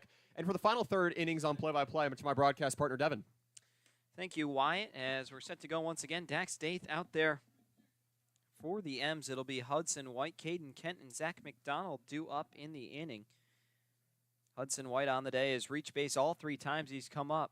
A walk, a pair of singles, also scored 2 runs. A 1 is going to be in there for a strike to make it 0-2. Harwich trailing 11-0 on their home diamond here in front of a good crowd that is thinned out a little bit with the score the way it is. Also a much cooler day as the temperature approaches 70. Here comes the 0-2, and it's going to be off the end of the bat, foul, and so we'll stay there. Daith has done a good job settling in after the 2-run home run to Derek Fabian, now retiring 4 straight. We'll see what we can do here. He's done a good job and able to battle back in counts and is well ahead in this one. A lot of leverage here to use. Here comes the 0-2 to Hudson White, and it's cut on and missed. Down he goes. A really nasty pitch from Daith fooled the hitter in White, and he's retired for the first time today. Back-to-back strikeouts for Dax Daith, and there's 1 away in the 7th. And White certainly not someone accustomed to striking out much over the last 5 games, aside from going 0 for 2 in that doubleheader against Orleans. Only a couple of strikeouts over the last 5 games he's played, and is a tough out to get here, although it hasn't appeared as so, despite the single to left field and the single to shortstop in the 3rd and the 5th. Caden Kent steps in 2 for 3 on the day with a double and a single, also has scored a run. First pitch is going to miss outside for a ball, 1-0. 11-run lead for the Anglers here, taking full advantage of the Mariners on their home diamond. Take another look around the league shortly as a 1-0 misses up and away, and it's 2-0.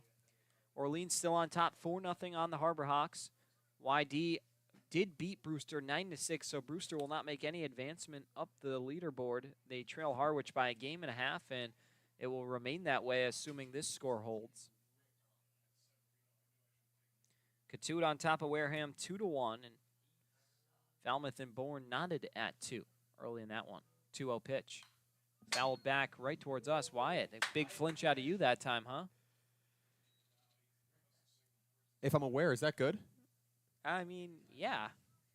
You're clearly not aware that we're protected by this netting in front of us, though. Aware as a pigeon on spikes in the middle of a city, right, Devin? I don't know what that means, but You don't know what that means? Have you never seen a pigeon? I'm not a city boy like you, Wyatt. I'm from a pretty rural spot out in Western Mass, but it's 2-2. What was the saying again exactly? Aware like a pigeon on spikes. Interesting. Here comes the 2-2 offering to Caden Kent. And it's going to be inside for a ball, 3-2. Zach McDonald on deck for the Anglers. They've scored in every inning except the 4th and the 6th. They were retired in order back in the 6th inning. Dax Daith is trying to keep this game where it's at and not let it get any worse. 3-2, and that will be a walk. In New York and in a lot of other metropolitan areas across the Northeast, for that matter, mostly New York, though, we're known to have pigeon spikes on particular ledges on buildings, like brick walls, or you have particular surfaces that have extensive landing for those kinds of critters. You know, so when they land, they're not going to be looming on, you know, or maybe some might say loitering on particular public spaces in what might be viewed as a hindrance to a lot of the public commons. Yeah, no, I definitely have not heard that one before, but it makes sense when you think about it. And, of course, you growing up in the Manhattan area, you're all too familiar with it. Yeah. That's a good way to keep away the pigeons.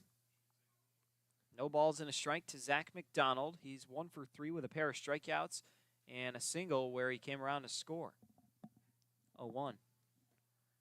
Went around an uncomfortable-looking swing that time, but it makes it 0-2. Caden Kent over at first base. 3rd time he's reached there safely today.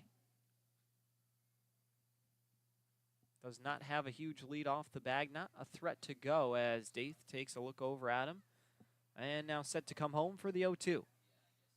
Swing and a miss. 4th strikeout for Dax Daith. And now there's 2 away.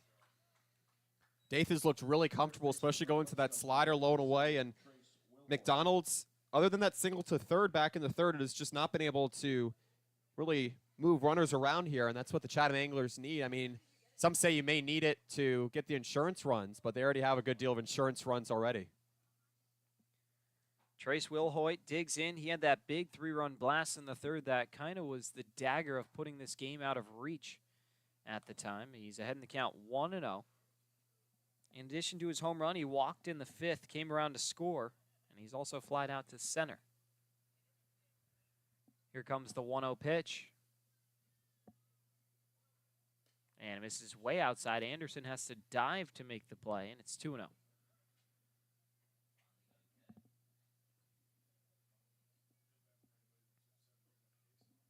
Derek Fabian on deck. Anglers leading 11-0 here in the 7th inning. The pitch. In there for a strike, and it's 2-1. Daith trying to work his way back. No action in the Harwich pen as of right now because Daith has been spectacular, and you don't want to burn through arms, especially this late in the season. Chatham does have someone up and throwing, but they're in shorts, so maybe just getting the reps. As this one's going to be lifted out in a center field long run for Devin Obey, and he's not going to get there. Fielded by Lambros, actually, and he'll have to get it in. 2-out single for Trace Wilhoit, his 3rd time on base. And now the 9-hitter Derek Fabian will dig in. Major turnaround in the hitting approach here for Wilhoit. Had the 2-run home run, or the 3-run home run, I should say, all the way back in the 3rd, and then here to get a little bloop single for someone who only has 1 hit through 20 at-bats entering today. This is the perfect time to be able to improve your hitting approach at the plate and wait on your pitches. First pitch, swing and a miss from Fabian. It's 0-1. He hit a 2-run blast back in the 5th inning. Chasing a couple runs, and Anglers leading now, or at the time, that boosted their lead to 11. It's the most recent offense for Chatham, and another chance here. The pitch misses outside, 1-1. That was RBIs 13 and 14 for Fabian.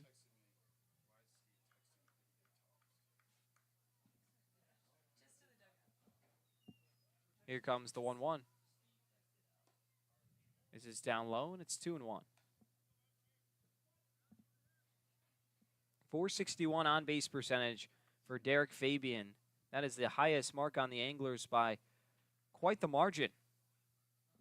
As here comes the 2-1. And it's going to be flied foul off to the right. 94 miles per hour that time from Daith, and it's 2-2.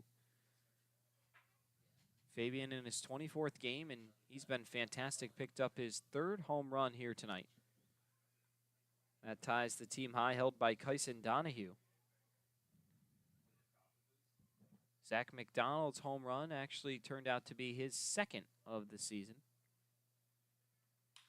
Or rather his 3rd, as this one's going to be lifted but foul off to the right. So now 3 Anglers with double-digit home runs. Or not double-digit home runs, with 3 home runs. 2 balls, 2 strikes to Fabian. He's also flied out to center and grounded out to 3rd here tonight. In the 9th spot, looking to make an impact. As Daith out of the stretch, 2 on. Kent at 2nd, Wilhoit at 1st. Here's the pitch. And it's going to be a check swing. No, he did not. So says the first base umpire. It certainly looked like he did. Half the Harwich infield was jogging in, but they'll have to retreat as it's 3-2 now. Daith's going to have to find the zone. Yeah, this is where if you're Harwich, you have to develop or at least try and restore some mental toughness here. Your pitcher thought you had it. Your defense has to be ready to back him up with 2 on. 3-2. And it's chopped foul. Runners in motion, of course, with the count being full and 2 away. Tough battle to win in this situation with the runners going on the pitch and, of course, trying to retire one of the best hitters in this Chatham lineup, actually the best hitter in the Chatham lineup.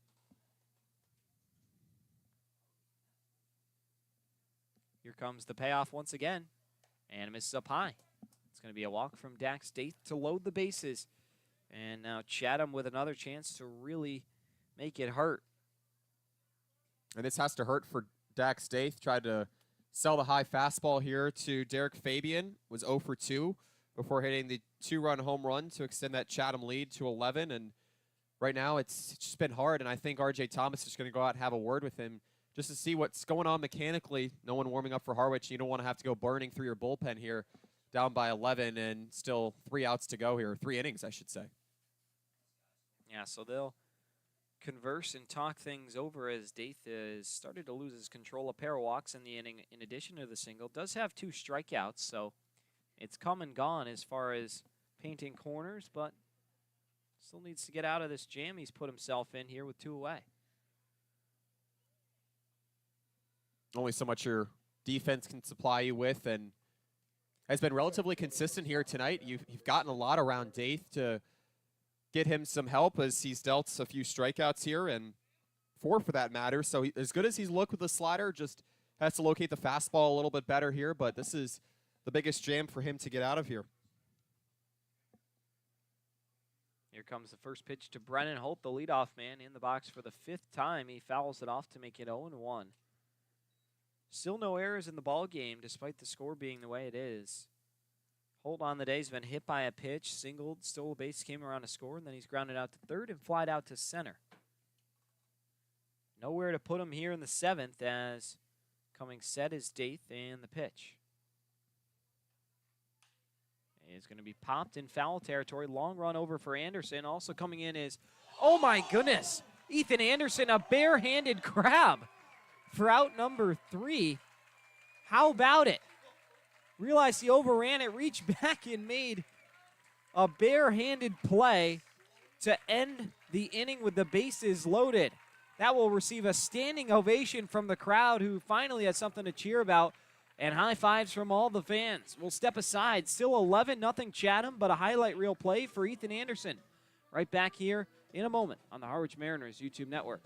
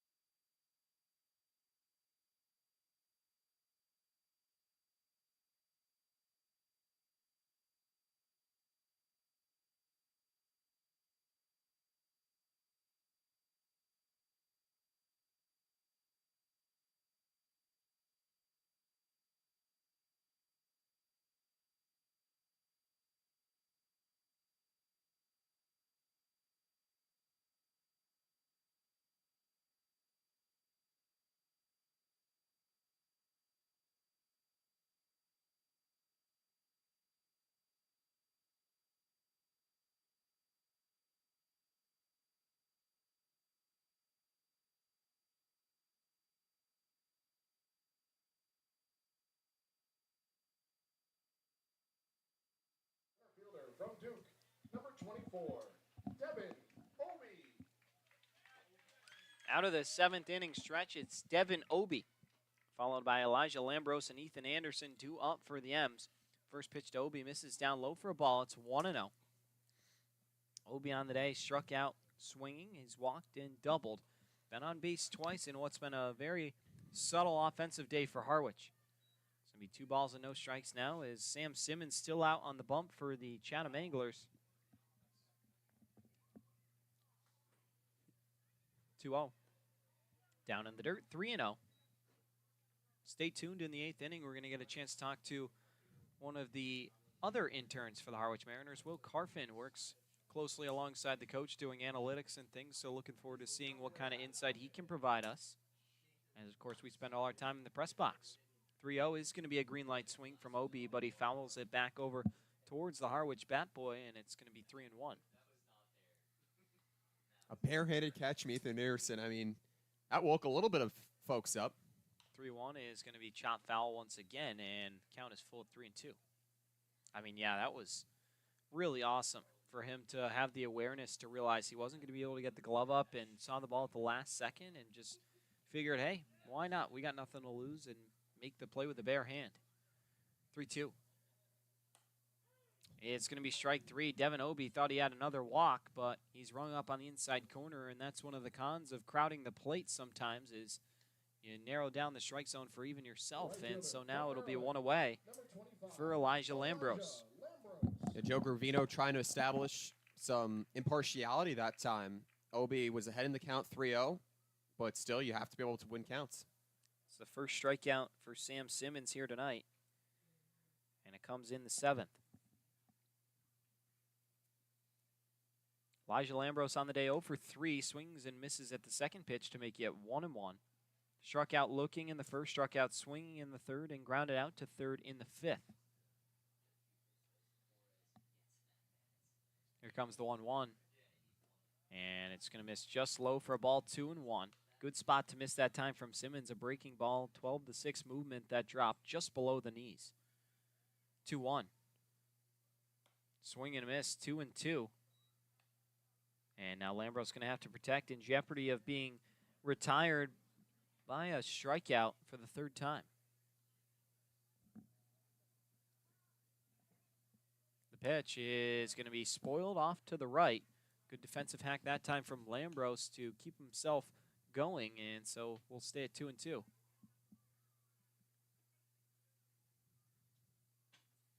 The pitch.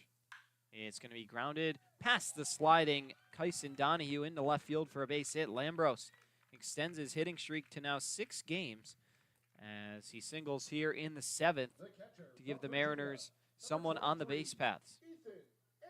Sees a lot of pitches well, and that's something you're going to value going into the playoffs when you're going to have to potentially face a team like the Orleans Firebirds ahead 6-0 over the Hyannis Harborhawks right now, but Harwich has to face that hot-scoring Orleans team later in the week anyways on the road, and Orleans is due for a win here, or a win there at home, I should say. First pitch misses outside for a ball. It's 1-0.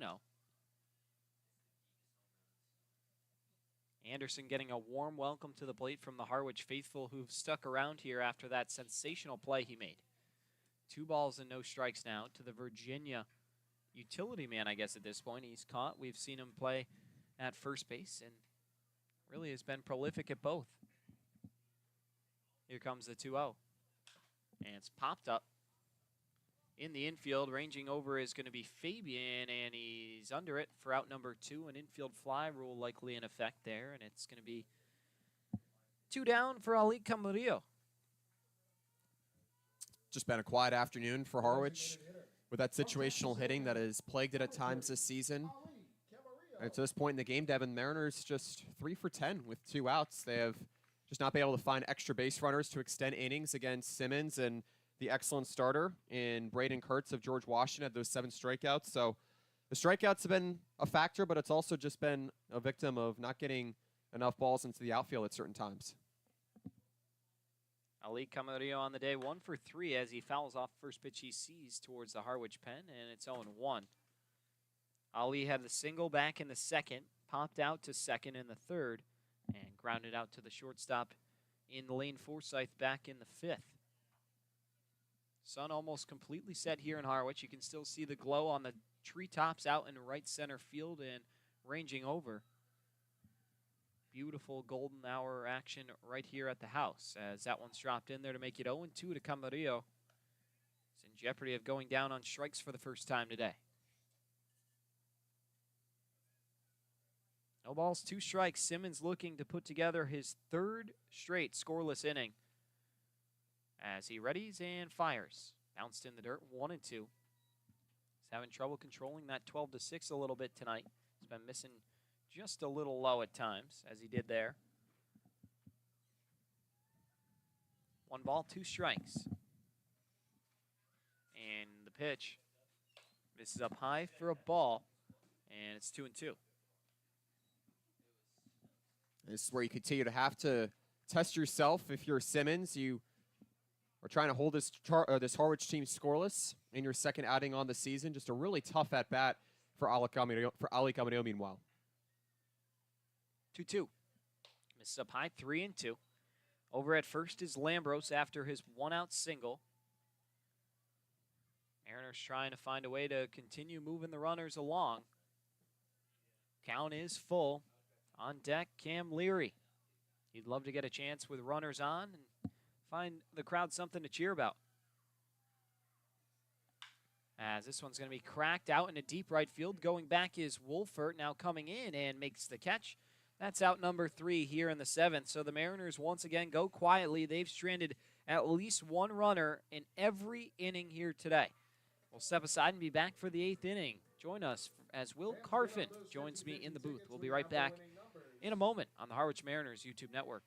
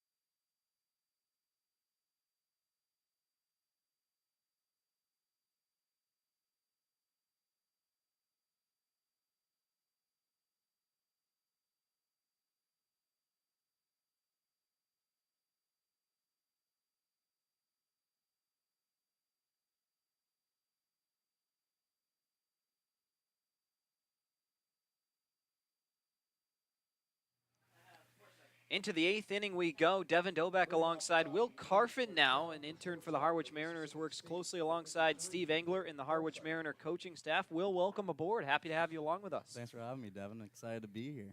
So, yeah, just take us through basically your role within the team and what you've done this summer and how it's helped grow your knowledge not only of how being on the coaching staff works in the analytical part of the game, but everything else. Yeah, so it's been a really fun summer so far. Like you said, I work pretty closely with Stevie and the rest of the coaching staff when it comes to setting our defensive shifts and alignments, sitting down with our hitters and pitchers. That one's going to be cracked out to left. Over is Cam Leary, and he puts it away for out number 1 here in the 8th, but please continue. Yeah, so just, sitting down with our hitters, talking about who we're going to be facing, so, working on a lot of our opponent scouting reports. So like I said, sitting down with our hitters, talking about who we're going to face, and then on the other side of it, sitting down with our pitchers, going over their kind of analytical data and the TrackMan data that we have for them, and also who they're going to face in a given day. And so you attend UMass along like myself, and so how is kind of going through the sport management program, I assume that's affirmed your position of wanting to work in this industry, and now you got an internship with the Mariners, like a lot of us here who've gone through UMass and the sport management program. So kind of building off of that, just talk about kind of your experience there and how it's kind of translated here. And you work with the UMass baseball team as well. Yeah, so just finished my time at UMass. It was awesome. Loved every second of it. Yeah, the sport management program there is great. Can't say anything bad about it. I would say was pretty involved. I was the president of the McCormick Student Leaders, which was a big club in the department. And like you said, worked with the UMass baseball team, doing a lot of scouting reports for them. Similarly, a lot of on-field stuff, just helping out with the day-to-day of practice and having games run and things of those sorts, being around the players similarly. So that was a good foundational thing for me. This one's going to be cracked out into right field. Going back is Lambros, and he's able to get there for the out. 2 up, 2 down for Dax Daith, rolling along here in his third plus inning of work, as that brings up Kyson Donahue on the day's 1 for 4. So can you talk about kind of the comparing and contrasting of your duties at UMass working with the baseball team there and how Harwich has been either similar or different to that? Yeah, I would say Harwich has definitely been much more involved on the player fronting side. Game day preparations for, actually what we're going to do out there on the field. I think UMass was more of just being a support system, helping out where I can, whether it's hitting fungos or, feeding ground balls, whatever it may be. I did a little bit of scouting, like collecting video of who we were facing week in and week out. But here it's been a lot more involved, sitting on coaches' meetings, trying to learn from the coaches and their knowledge and how they approach the game, how they look at recruiting players and setting lineups and their thought process as the season progresses on how we're doing and how we can improve and just trying to figure out ways to win games. So keeping it here in Harwich, can you just talk a little bit about kind of how the networking here has worked? I mean, you've got a chance to talk to a bunch of professional scouts in the MLB and really make some connections that will help you as you have finished your time at UMass and going into the career field. Yeah, for sure. I mean, I'm grateful that UMass had a lot of connections for me, from our alumni and stuff. But, yeah, I mean, being able to actually have conversations with our scouts that come through about how certain players are doing and them asking me questions, considering I'm around them every day and trying to provide them insight and help. And also, of course, asking them questions about their day-to-day and their career paths and journeys in the game. I mean, everyone is different of how they get into the game. So just trying to learn from them and hopefully set something up for this coming winter with a job with a team. But also I think a big thing for me has just been learning from the players and the coaches day-to-day, how they approach the game, how they see it, how they've learned to play. I think that was a big thing for me, trying to learn that side of it, the player development side and actually understanding the mindsets of players. Everyone's so different on the field and they approach the game differently. So being able to learn from them has been definitely, and pick their brains about the game has been awesome. Right on. Here's the 3-2 pitch, and it's going to be cut on and foul tip, but not into the glove of Anderson. But basically, so you've become much more involved within the Mariners organization, and a wealth of knowledge between 20th year head coach Steve Engler. He's been in the industry here in the Cape Cod Baseball League for 25 years as an assistant growing up, and of course you got coaches from around the country, R.J. Thomas and all of them, Coach Connolly. There's a plethora of them, and they've given you high praise, especially in that 21-5 win. I mean, your reports have helped them out, and they've been no stranger to thank you for that. So making kind of an impact in the dugout with your analytical skills, it's been pretty cool, and it's got to be pretty cool to receive that recognition a little bit. Yeah, no, I mean, I'm grateful for the opportunity to be here. When I reached out about potential positions with Cape League teams close to the summer, Stevie reached out right away, and we got it going, and I couldn't be more thankful to be here. That will be strike 3 from Dax Daith, rolling along here. Strikeout number 5 for him in his outing as we move into the middle of the 8th inning. 11-0 Anglers as we take a break here and be back. Will is a wild card. I mean, I think we have a pitching change, so are you going to take off from us? I can make it back in a second if you guys want me to. All right. I'll go down. We'll have you be. Will be back in a second. He's got to go do some analytics. Call to the bullpen here. We'll be back in a flash on the Harwich Mariners YouTube network.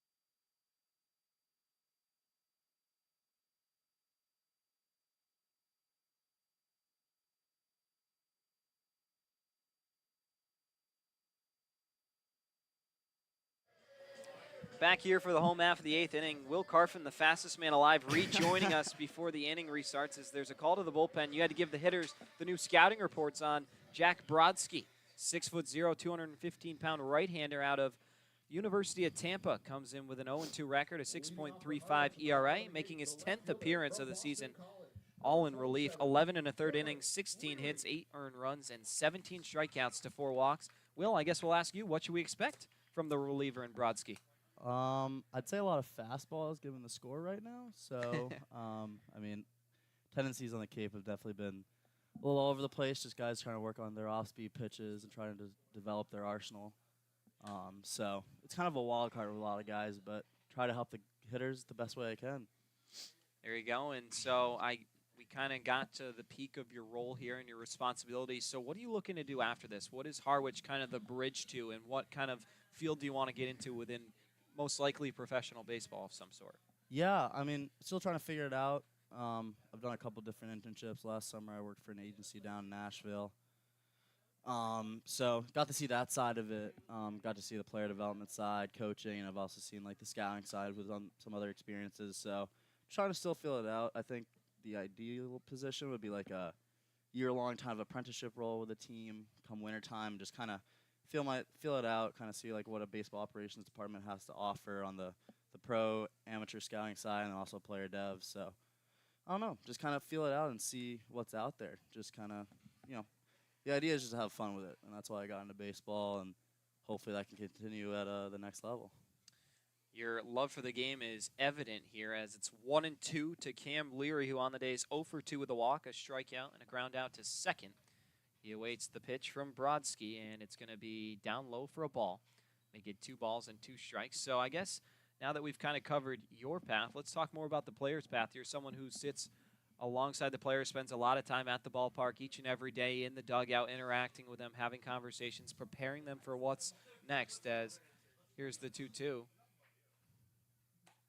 And it's going to be strike 3 looking. Down goes Cam Leary. First strikeout for Brodsky, and there's 1 away. So who would you say is the funniest player on the team, and why?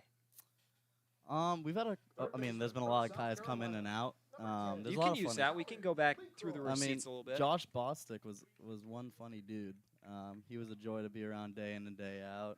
Jalen Jones was funny to be around. Will Pearson was a good friend. A guy I really enjoyed being around was Humphrey. Jacob Humphrey was an awesome dude to be around day in and day out. He was super hardworking, always smile on his face, loved to be at the ballpark. And, I think we've had a lot of really good personalities around the team, honestly. Everyone here is just... That one's going to be cracked out into right field. Coming in is Wolford, and he puts it away for out number 2. 2 up, 2 down in the 8th. I think the big thing is just everyone's here as a stepping stone to hopefully get paid one day, and that's like a big message the coaching staff sends through the team. Everyone here has hopes of playing at the next level and getting paid to play baseball. So I think that's a lot of what's on the guy's mind when it comes to being here and trying to perform. And so you talked about the player turnover and, all these variables that kind of lead to what the roster looks like on a day-to-day basis. You got the College World Series with Jens, Team USA, guys leaving for the draft, guys transferring. So how does that make your job a little more difficult with all the players coming in and out and being forced into, having new guys that you have to prepare for and meet and talk to and create relationships with? Yeah, it's definitely quick. It's something I've never really experienced before.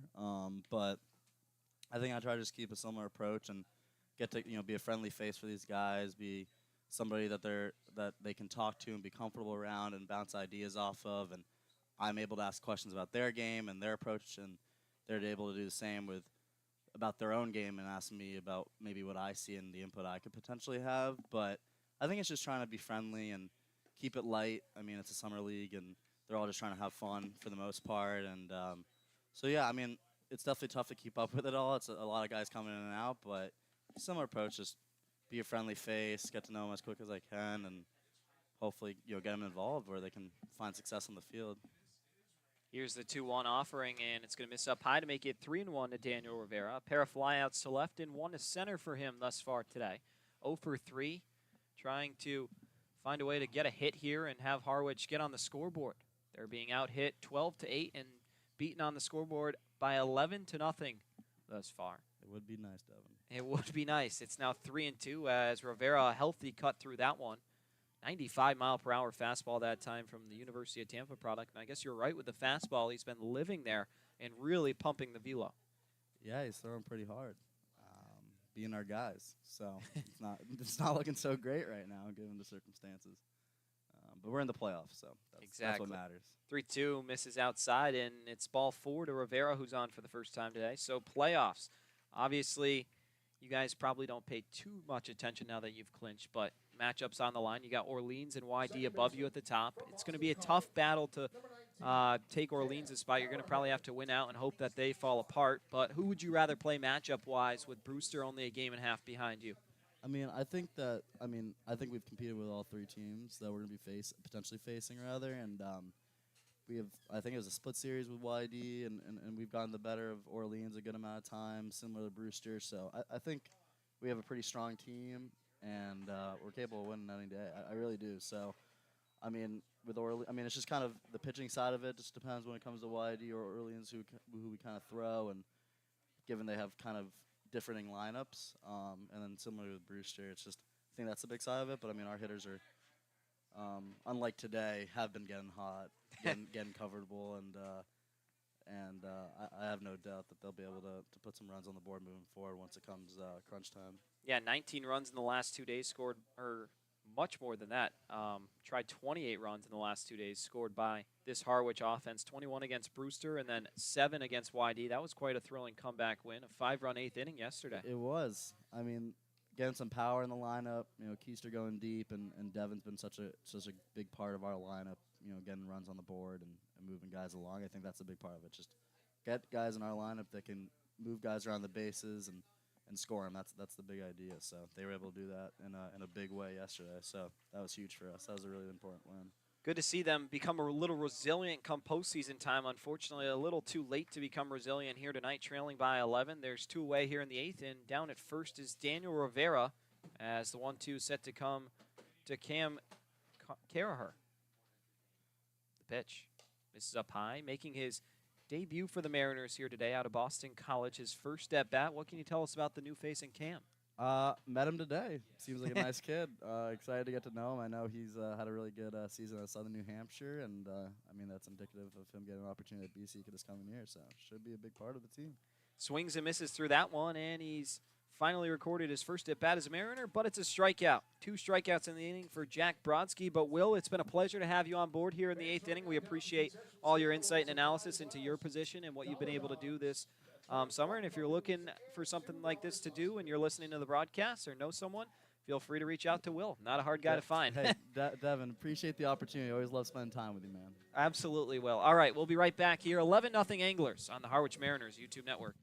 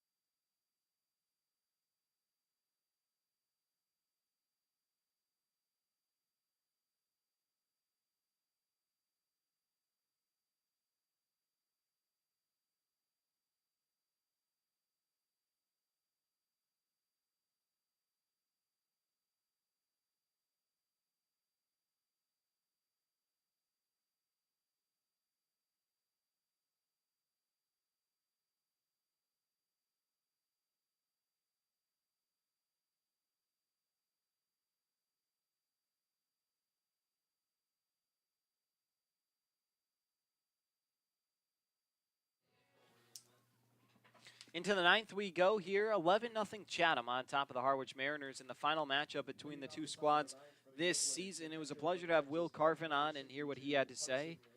Plenty of good things and cool opportunities here in Harwich. Just shows you how beneficial it is to intern in the Cape Cod Baseball League. But Wyatt, also good to have you back as always.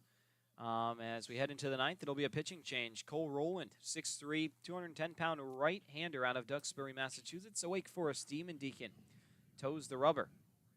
And the first pitch to the first batter, and Hudson White is going to be in there for a strike. It's 0-1. Just rather 1-0. Yeah, just some really good stories that Will was able to share just about what it's meant for him to be around such a motivated group of guys this summer. The Harwich Mariners set to go to the playoffs, and the message is carried through from the dugout to the field. 1-0, misses up high, 2-0.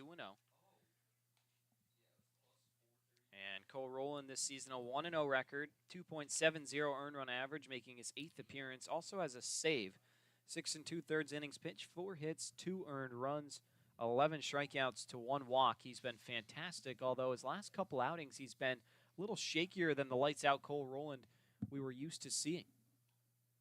2 balls and a strike now to Hudson White, who on the day is 2 for 3, a pair of singles, a walk, and a strikeout. He scored 2 runs as well.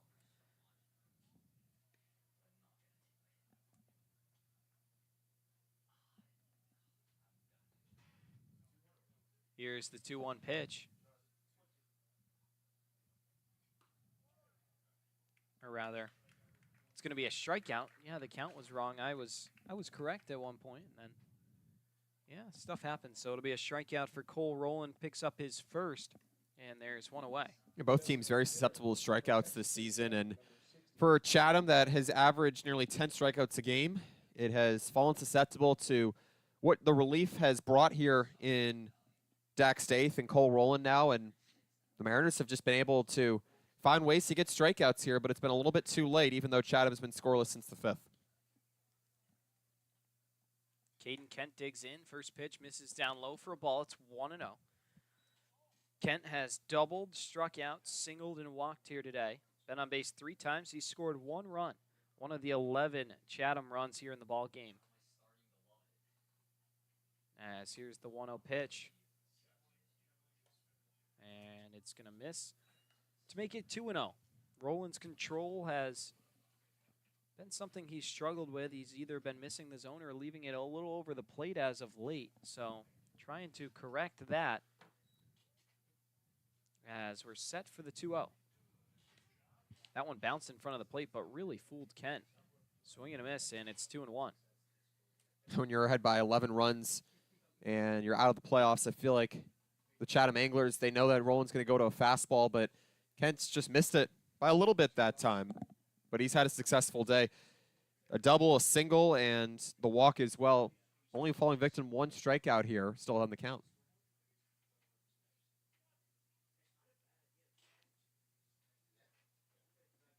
Here comes 2-1, actually. Cole's going to have to reset. Time granted here. Here's the 2-1. And it's going to be fouled off. Make it 2-2. Rowland picked up a strikeout of Hudson White now looking for one against Caden Kent, a guy who's had so much success on base 8 times in the last 2 games against the Mariners. Maybe 7, my math could be off, but here's the 2-2. And it's going to be lined into right field for a base hit. He's going to take a turn at first and head for second. The throw comes in, and it won't be there in time. It's going to be a sliding double for Caden Kent, his second of the day, and he's got another 3-hit game against the Mariners. For Rowland, he has to be able to fight past these middle of innings in which he kind of gets caught without these timely outs that he needs. It was 5 straight retired from Dax Staith over to Rowland here as he got the looking strikeout here to start the 9th, but is trying to get that fastball at the right place, and Chatham just getting a little bit ahead of him right now. Zach McDonald's turn, and the first pitch to him is going to be in there for a strike, 0-1. McDonald has struck out swinging, singled, came around to score, struck out looking, and then struck out swinging again. Interesting day at the plate for him as he's set for the 0-1 from Roland. Golden sombrero opportunity on the table. The pitch in there for a strike. It's 0-2. Roland swiping around the dirt on the mound.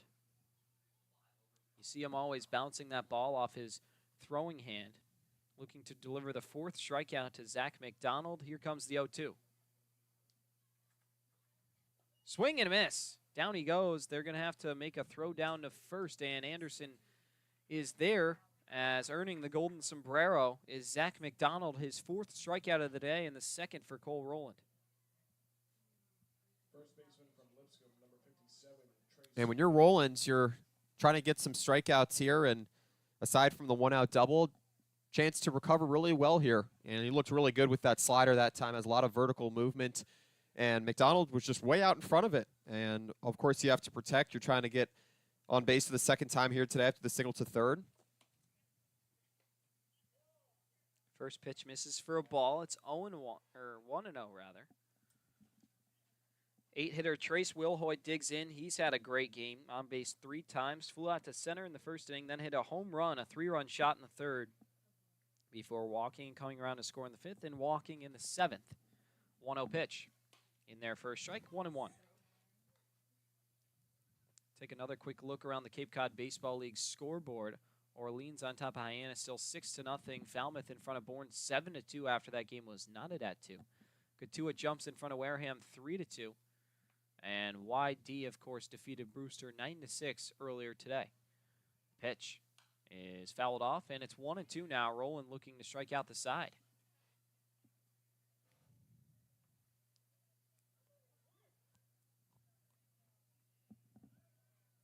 Derek Fabian on deck, the 9-hitter. Chatham trying to give everybody at least 5 plate appearances. They're 2 batters away from doing so. Here's the 1-2 pitch. And it's going to be flared in a shallow right field and actually right into the glove of Cam Caraher for out number 3. So Cole Roland, despite giving up the 1-out double, is able to go a scoreless 9th inning as we head now to the bottom of the 9th. It's going to take quite the miracle for Harwich to pull this one out. But nonetheless, 3 outs to work with. We'll be right back looking for a 12-run 9th on the Harwich Mariners YouTube network.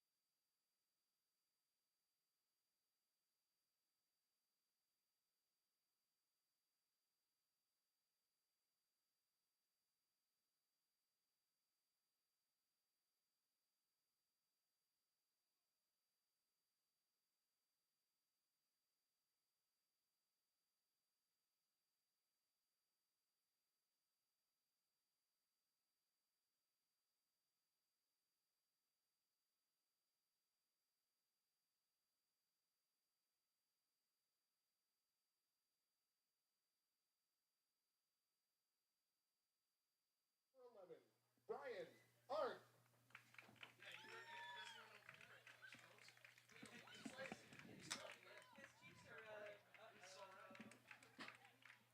Brian Arndt, Devin Obie, and Elijah Lambro set to get things going here in the 9th. The Mariners trailing 11-0, being out hit 13-8 by the last place Anglers, who have had their way here tonight, to say the least. I mean, we've taken advantage of Harwich, and it's just been kind of a massacre.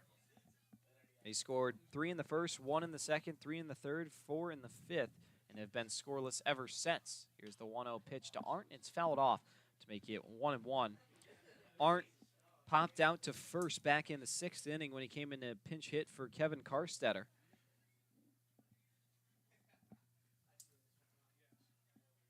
Mariners down to their final 3 outs today in game 41 of 44.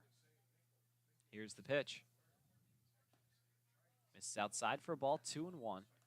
After Arndt, it'll be Obi and then Lambros for the Mariners.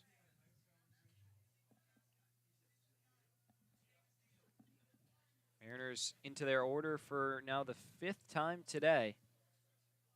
Pitch to Arndt is whacked but foul. And so now the count going to be even at 2-2.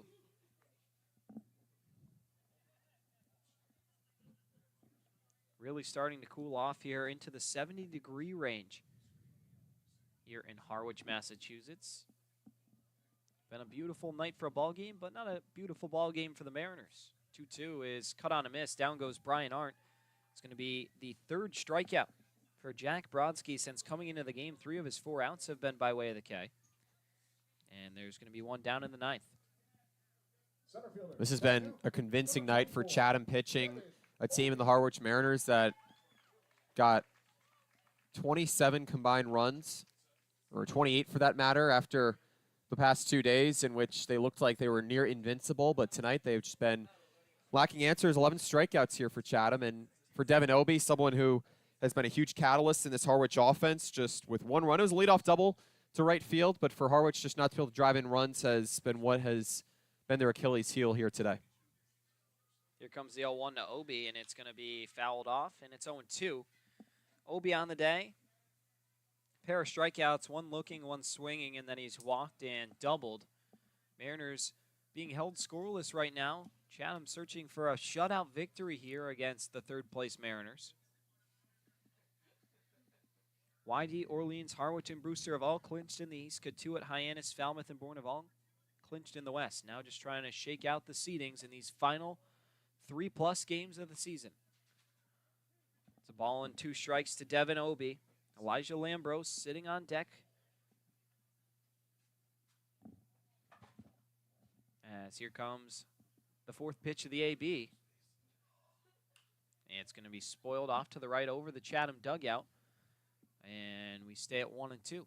Yeah, give credit to Devin Obi. That's a really tough slider to be able to fight off here from Brodsky. And it seems like Chatham has just been able to work with whatever possible. Everything it's dealt over the plate. Harwich has either grounded it into play or has just been able to fall a little short on fastballs for strikes.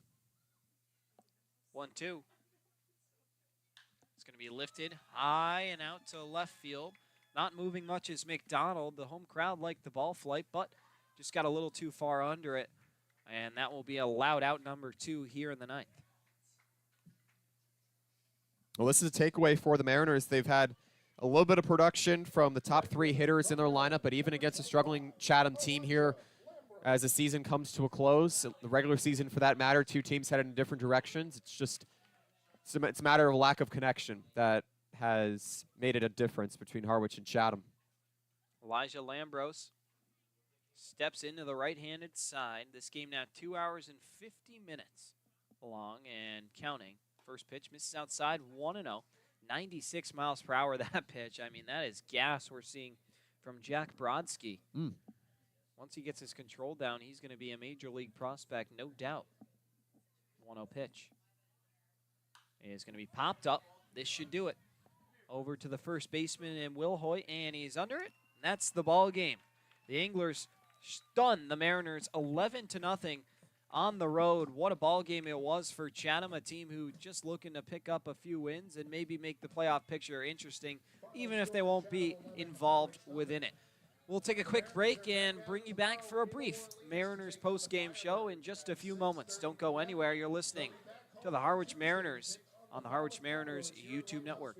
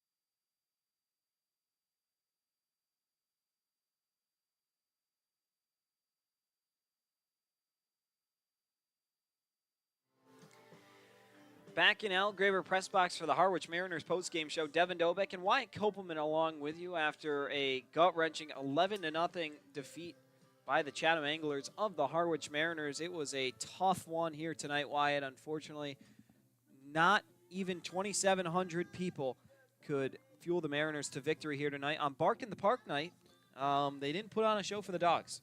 It was a rough night for the Harwich hitting attack. Can I use some puns here, Devin? Is that fair? That was your best pun of the season. I'll give you that Are one. you sure? Not the terrific duo of the Maryland Terrapins and Elijah Lambros and Kevin Keister? Those are top two. But anyways, back into the ball. They're bad puns, aren't they? I like them. I know. You're ahead of your time.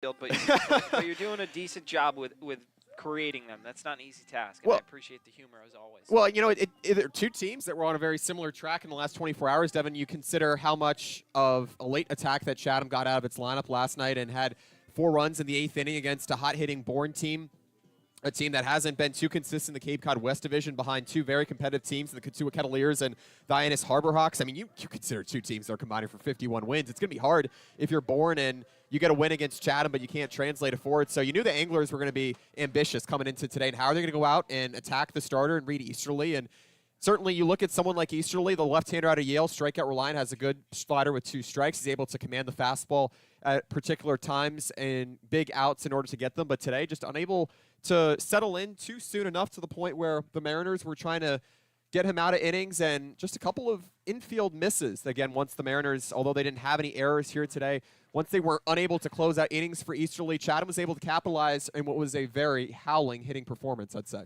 Yeah, Reed Easterly, not his best outing by any means, was yanked in the 5th after 4 1/3 innings, 10 hits, 9 earned runs, and 4 strikeouts to 1 walk. He had a tough go of it here tonight, but the Mariners got to just take what they can from this one. If you think of it, it doesn't matter if it was 1-0 or 11-0. They were going to lose the game without scoring a run here tonight. Shut out by the Chatham Anglers, a team with the highest earned run average in the Cape Cod Baseball League at 6.38. Not the team you want to shut you out, especially headed towards the postseason. And you consider that the Mariners have had a lot of relief support as well, even though they haven't gotten the deepest starts out of who they've thrown on the mound to start games for them. You look at what you got out of Dak Staith, and although he initially experienced some command issues, he ultimately lasted 3 2/3 innings, and Devin, he only allowed 3 base runners in those innings that he pitched. He nearly went 4. He gave 5 strikeouts from the pitching staff. He gave off to Cole Rowland, who wanted to get some late reps in, but this is a burner for the Mariners, given that you want to be able to have some continuity going into the playoffs. The Mariners have to go face the Orleans Firebirds for a final time at Eldridge Park, and after getting 1 hit against that team, they're going to have to really turn the page quickly, given that the playoffs are looming, but it might just be the sense of urgency that they need, even though they left so many on. They left 13 on, and that can ill afford to happen. I think you make a great point there. Leaving 13 on is not going to get you very far. They left the bases loaded back in inning number 3, left 2 guys on in the 2nd, the 4th, and the 6th innings. The only inning in which they didn't strand anyone was the 9th inning, in which they went down in order 1, 2, 3. The offense just wasn't there tonight. You were able to tally 8 hits, but not push any across, and unfortunately Chatham had 13 hits and only stranded 6 compared to your 13, so they were able to cash in, and that's why the scoreboard was as ugly as it was. But I think you made a great point. Dak Staith, other than the home run he gave up, was fantastic. Did run into a little walk trouble, 3 walks, but 5 strikeouts for him, and then Cole Rowland with a almost clean and perfect 9th inning minus the double, but a scoreless frame at that. But yeah, I mean, Brewster lost, so you still got 3 points on them. And if you're trying to lock up this matchup with Orleans, you're going to need to win a couple more games, Wyatt. It's going to be key just to keep that straight mentality forward where, you know, you have to be able to drive in runners. And, of course, you have to be able to take advantage of good pitches to hit at in the zone. And for the Mariners, it seemed as if they were just a little bit behind that tonight. They hadn't really struck it out 11 times in quite a handful of games. Actually, consider last night the Mariners had 10 strikeouts, but the reason they were able to get such a big burst in the 8th inning was just how they were able to take advantage of good pitches high in the zone, and they were there. I mean, sometimes you had them from not even Sam Simmons, the reliever, but Braden Kurtz, who was exceptional, looked like he had gone for at least 2 or 3 outings already in a very talented Mariners lineup that's gotten a lot of infusion from Kevin Keister. Then you also had Devin Obie in the top of the lineup and Elijah Lambros. Everything seemed to be lined up except for the part where the Mariners were too fallen victim to strikeouts and just lacking a lot of points in order to be able to change the game at certain points. And when you kind of lack those game-changing hits, that's when you kind of run yourself into trouble. And the Mariners, they weren't too sloppy in the base paths either. I think it's just a matter of being able to hit the reset button, take a moment to reset mentally as well when you look at just staying composed in the box. Yeah, it's just Unfortunately, one that you're going to have to turn the page on is Chatham really stole one. And credit to Zach McDonald, although he did have a golden sombrero with 4 strikeouts, he took a home run away from Daniel Rivera, which would have put the Mariners on the scoreboard. And then a pair of home runs also from Derek Fabian and Trace Wilhoit, the 2 bottom guys in the order for the Anglers. They came to play today, and they beat the Mariners to even the season series at 3-3. Credit to them out of the playoff picture to come into White House and put up a win. But let's start to wrap this thing up. The win goes to Sam Simmons. The loss going to Reed Easterly. No save opportunity available in a game that took 2 hours and 51 minutes here on July the 30th. The Anglers score 11 runs on 13 hits with no errors and leave 6 on. The Mariners, no runs on 8 hits with no errors, and they leave 13 on. But that is where we will leave you, as the Mariners are set to head to Orleans and Eldridge Park tomorrow night at 6:30 p.m. for a big one. Really looking forward to it against the Firebirds for what could be the final time at Eldridge Park. But if the playoff picture has said anything, it's that we could very much return there again. But until then, on behalf of our entire media team, our producer, Sean Sears, our special guest, Will Carfin, my broadcast partner, Wyatt Kopelman, and myself, Devin Dobeck, thank you so much for joining us on the Harwich Mariners YouTube network. And always remember to live the dream. We'll see you tomorrow night.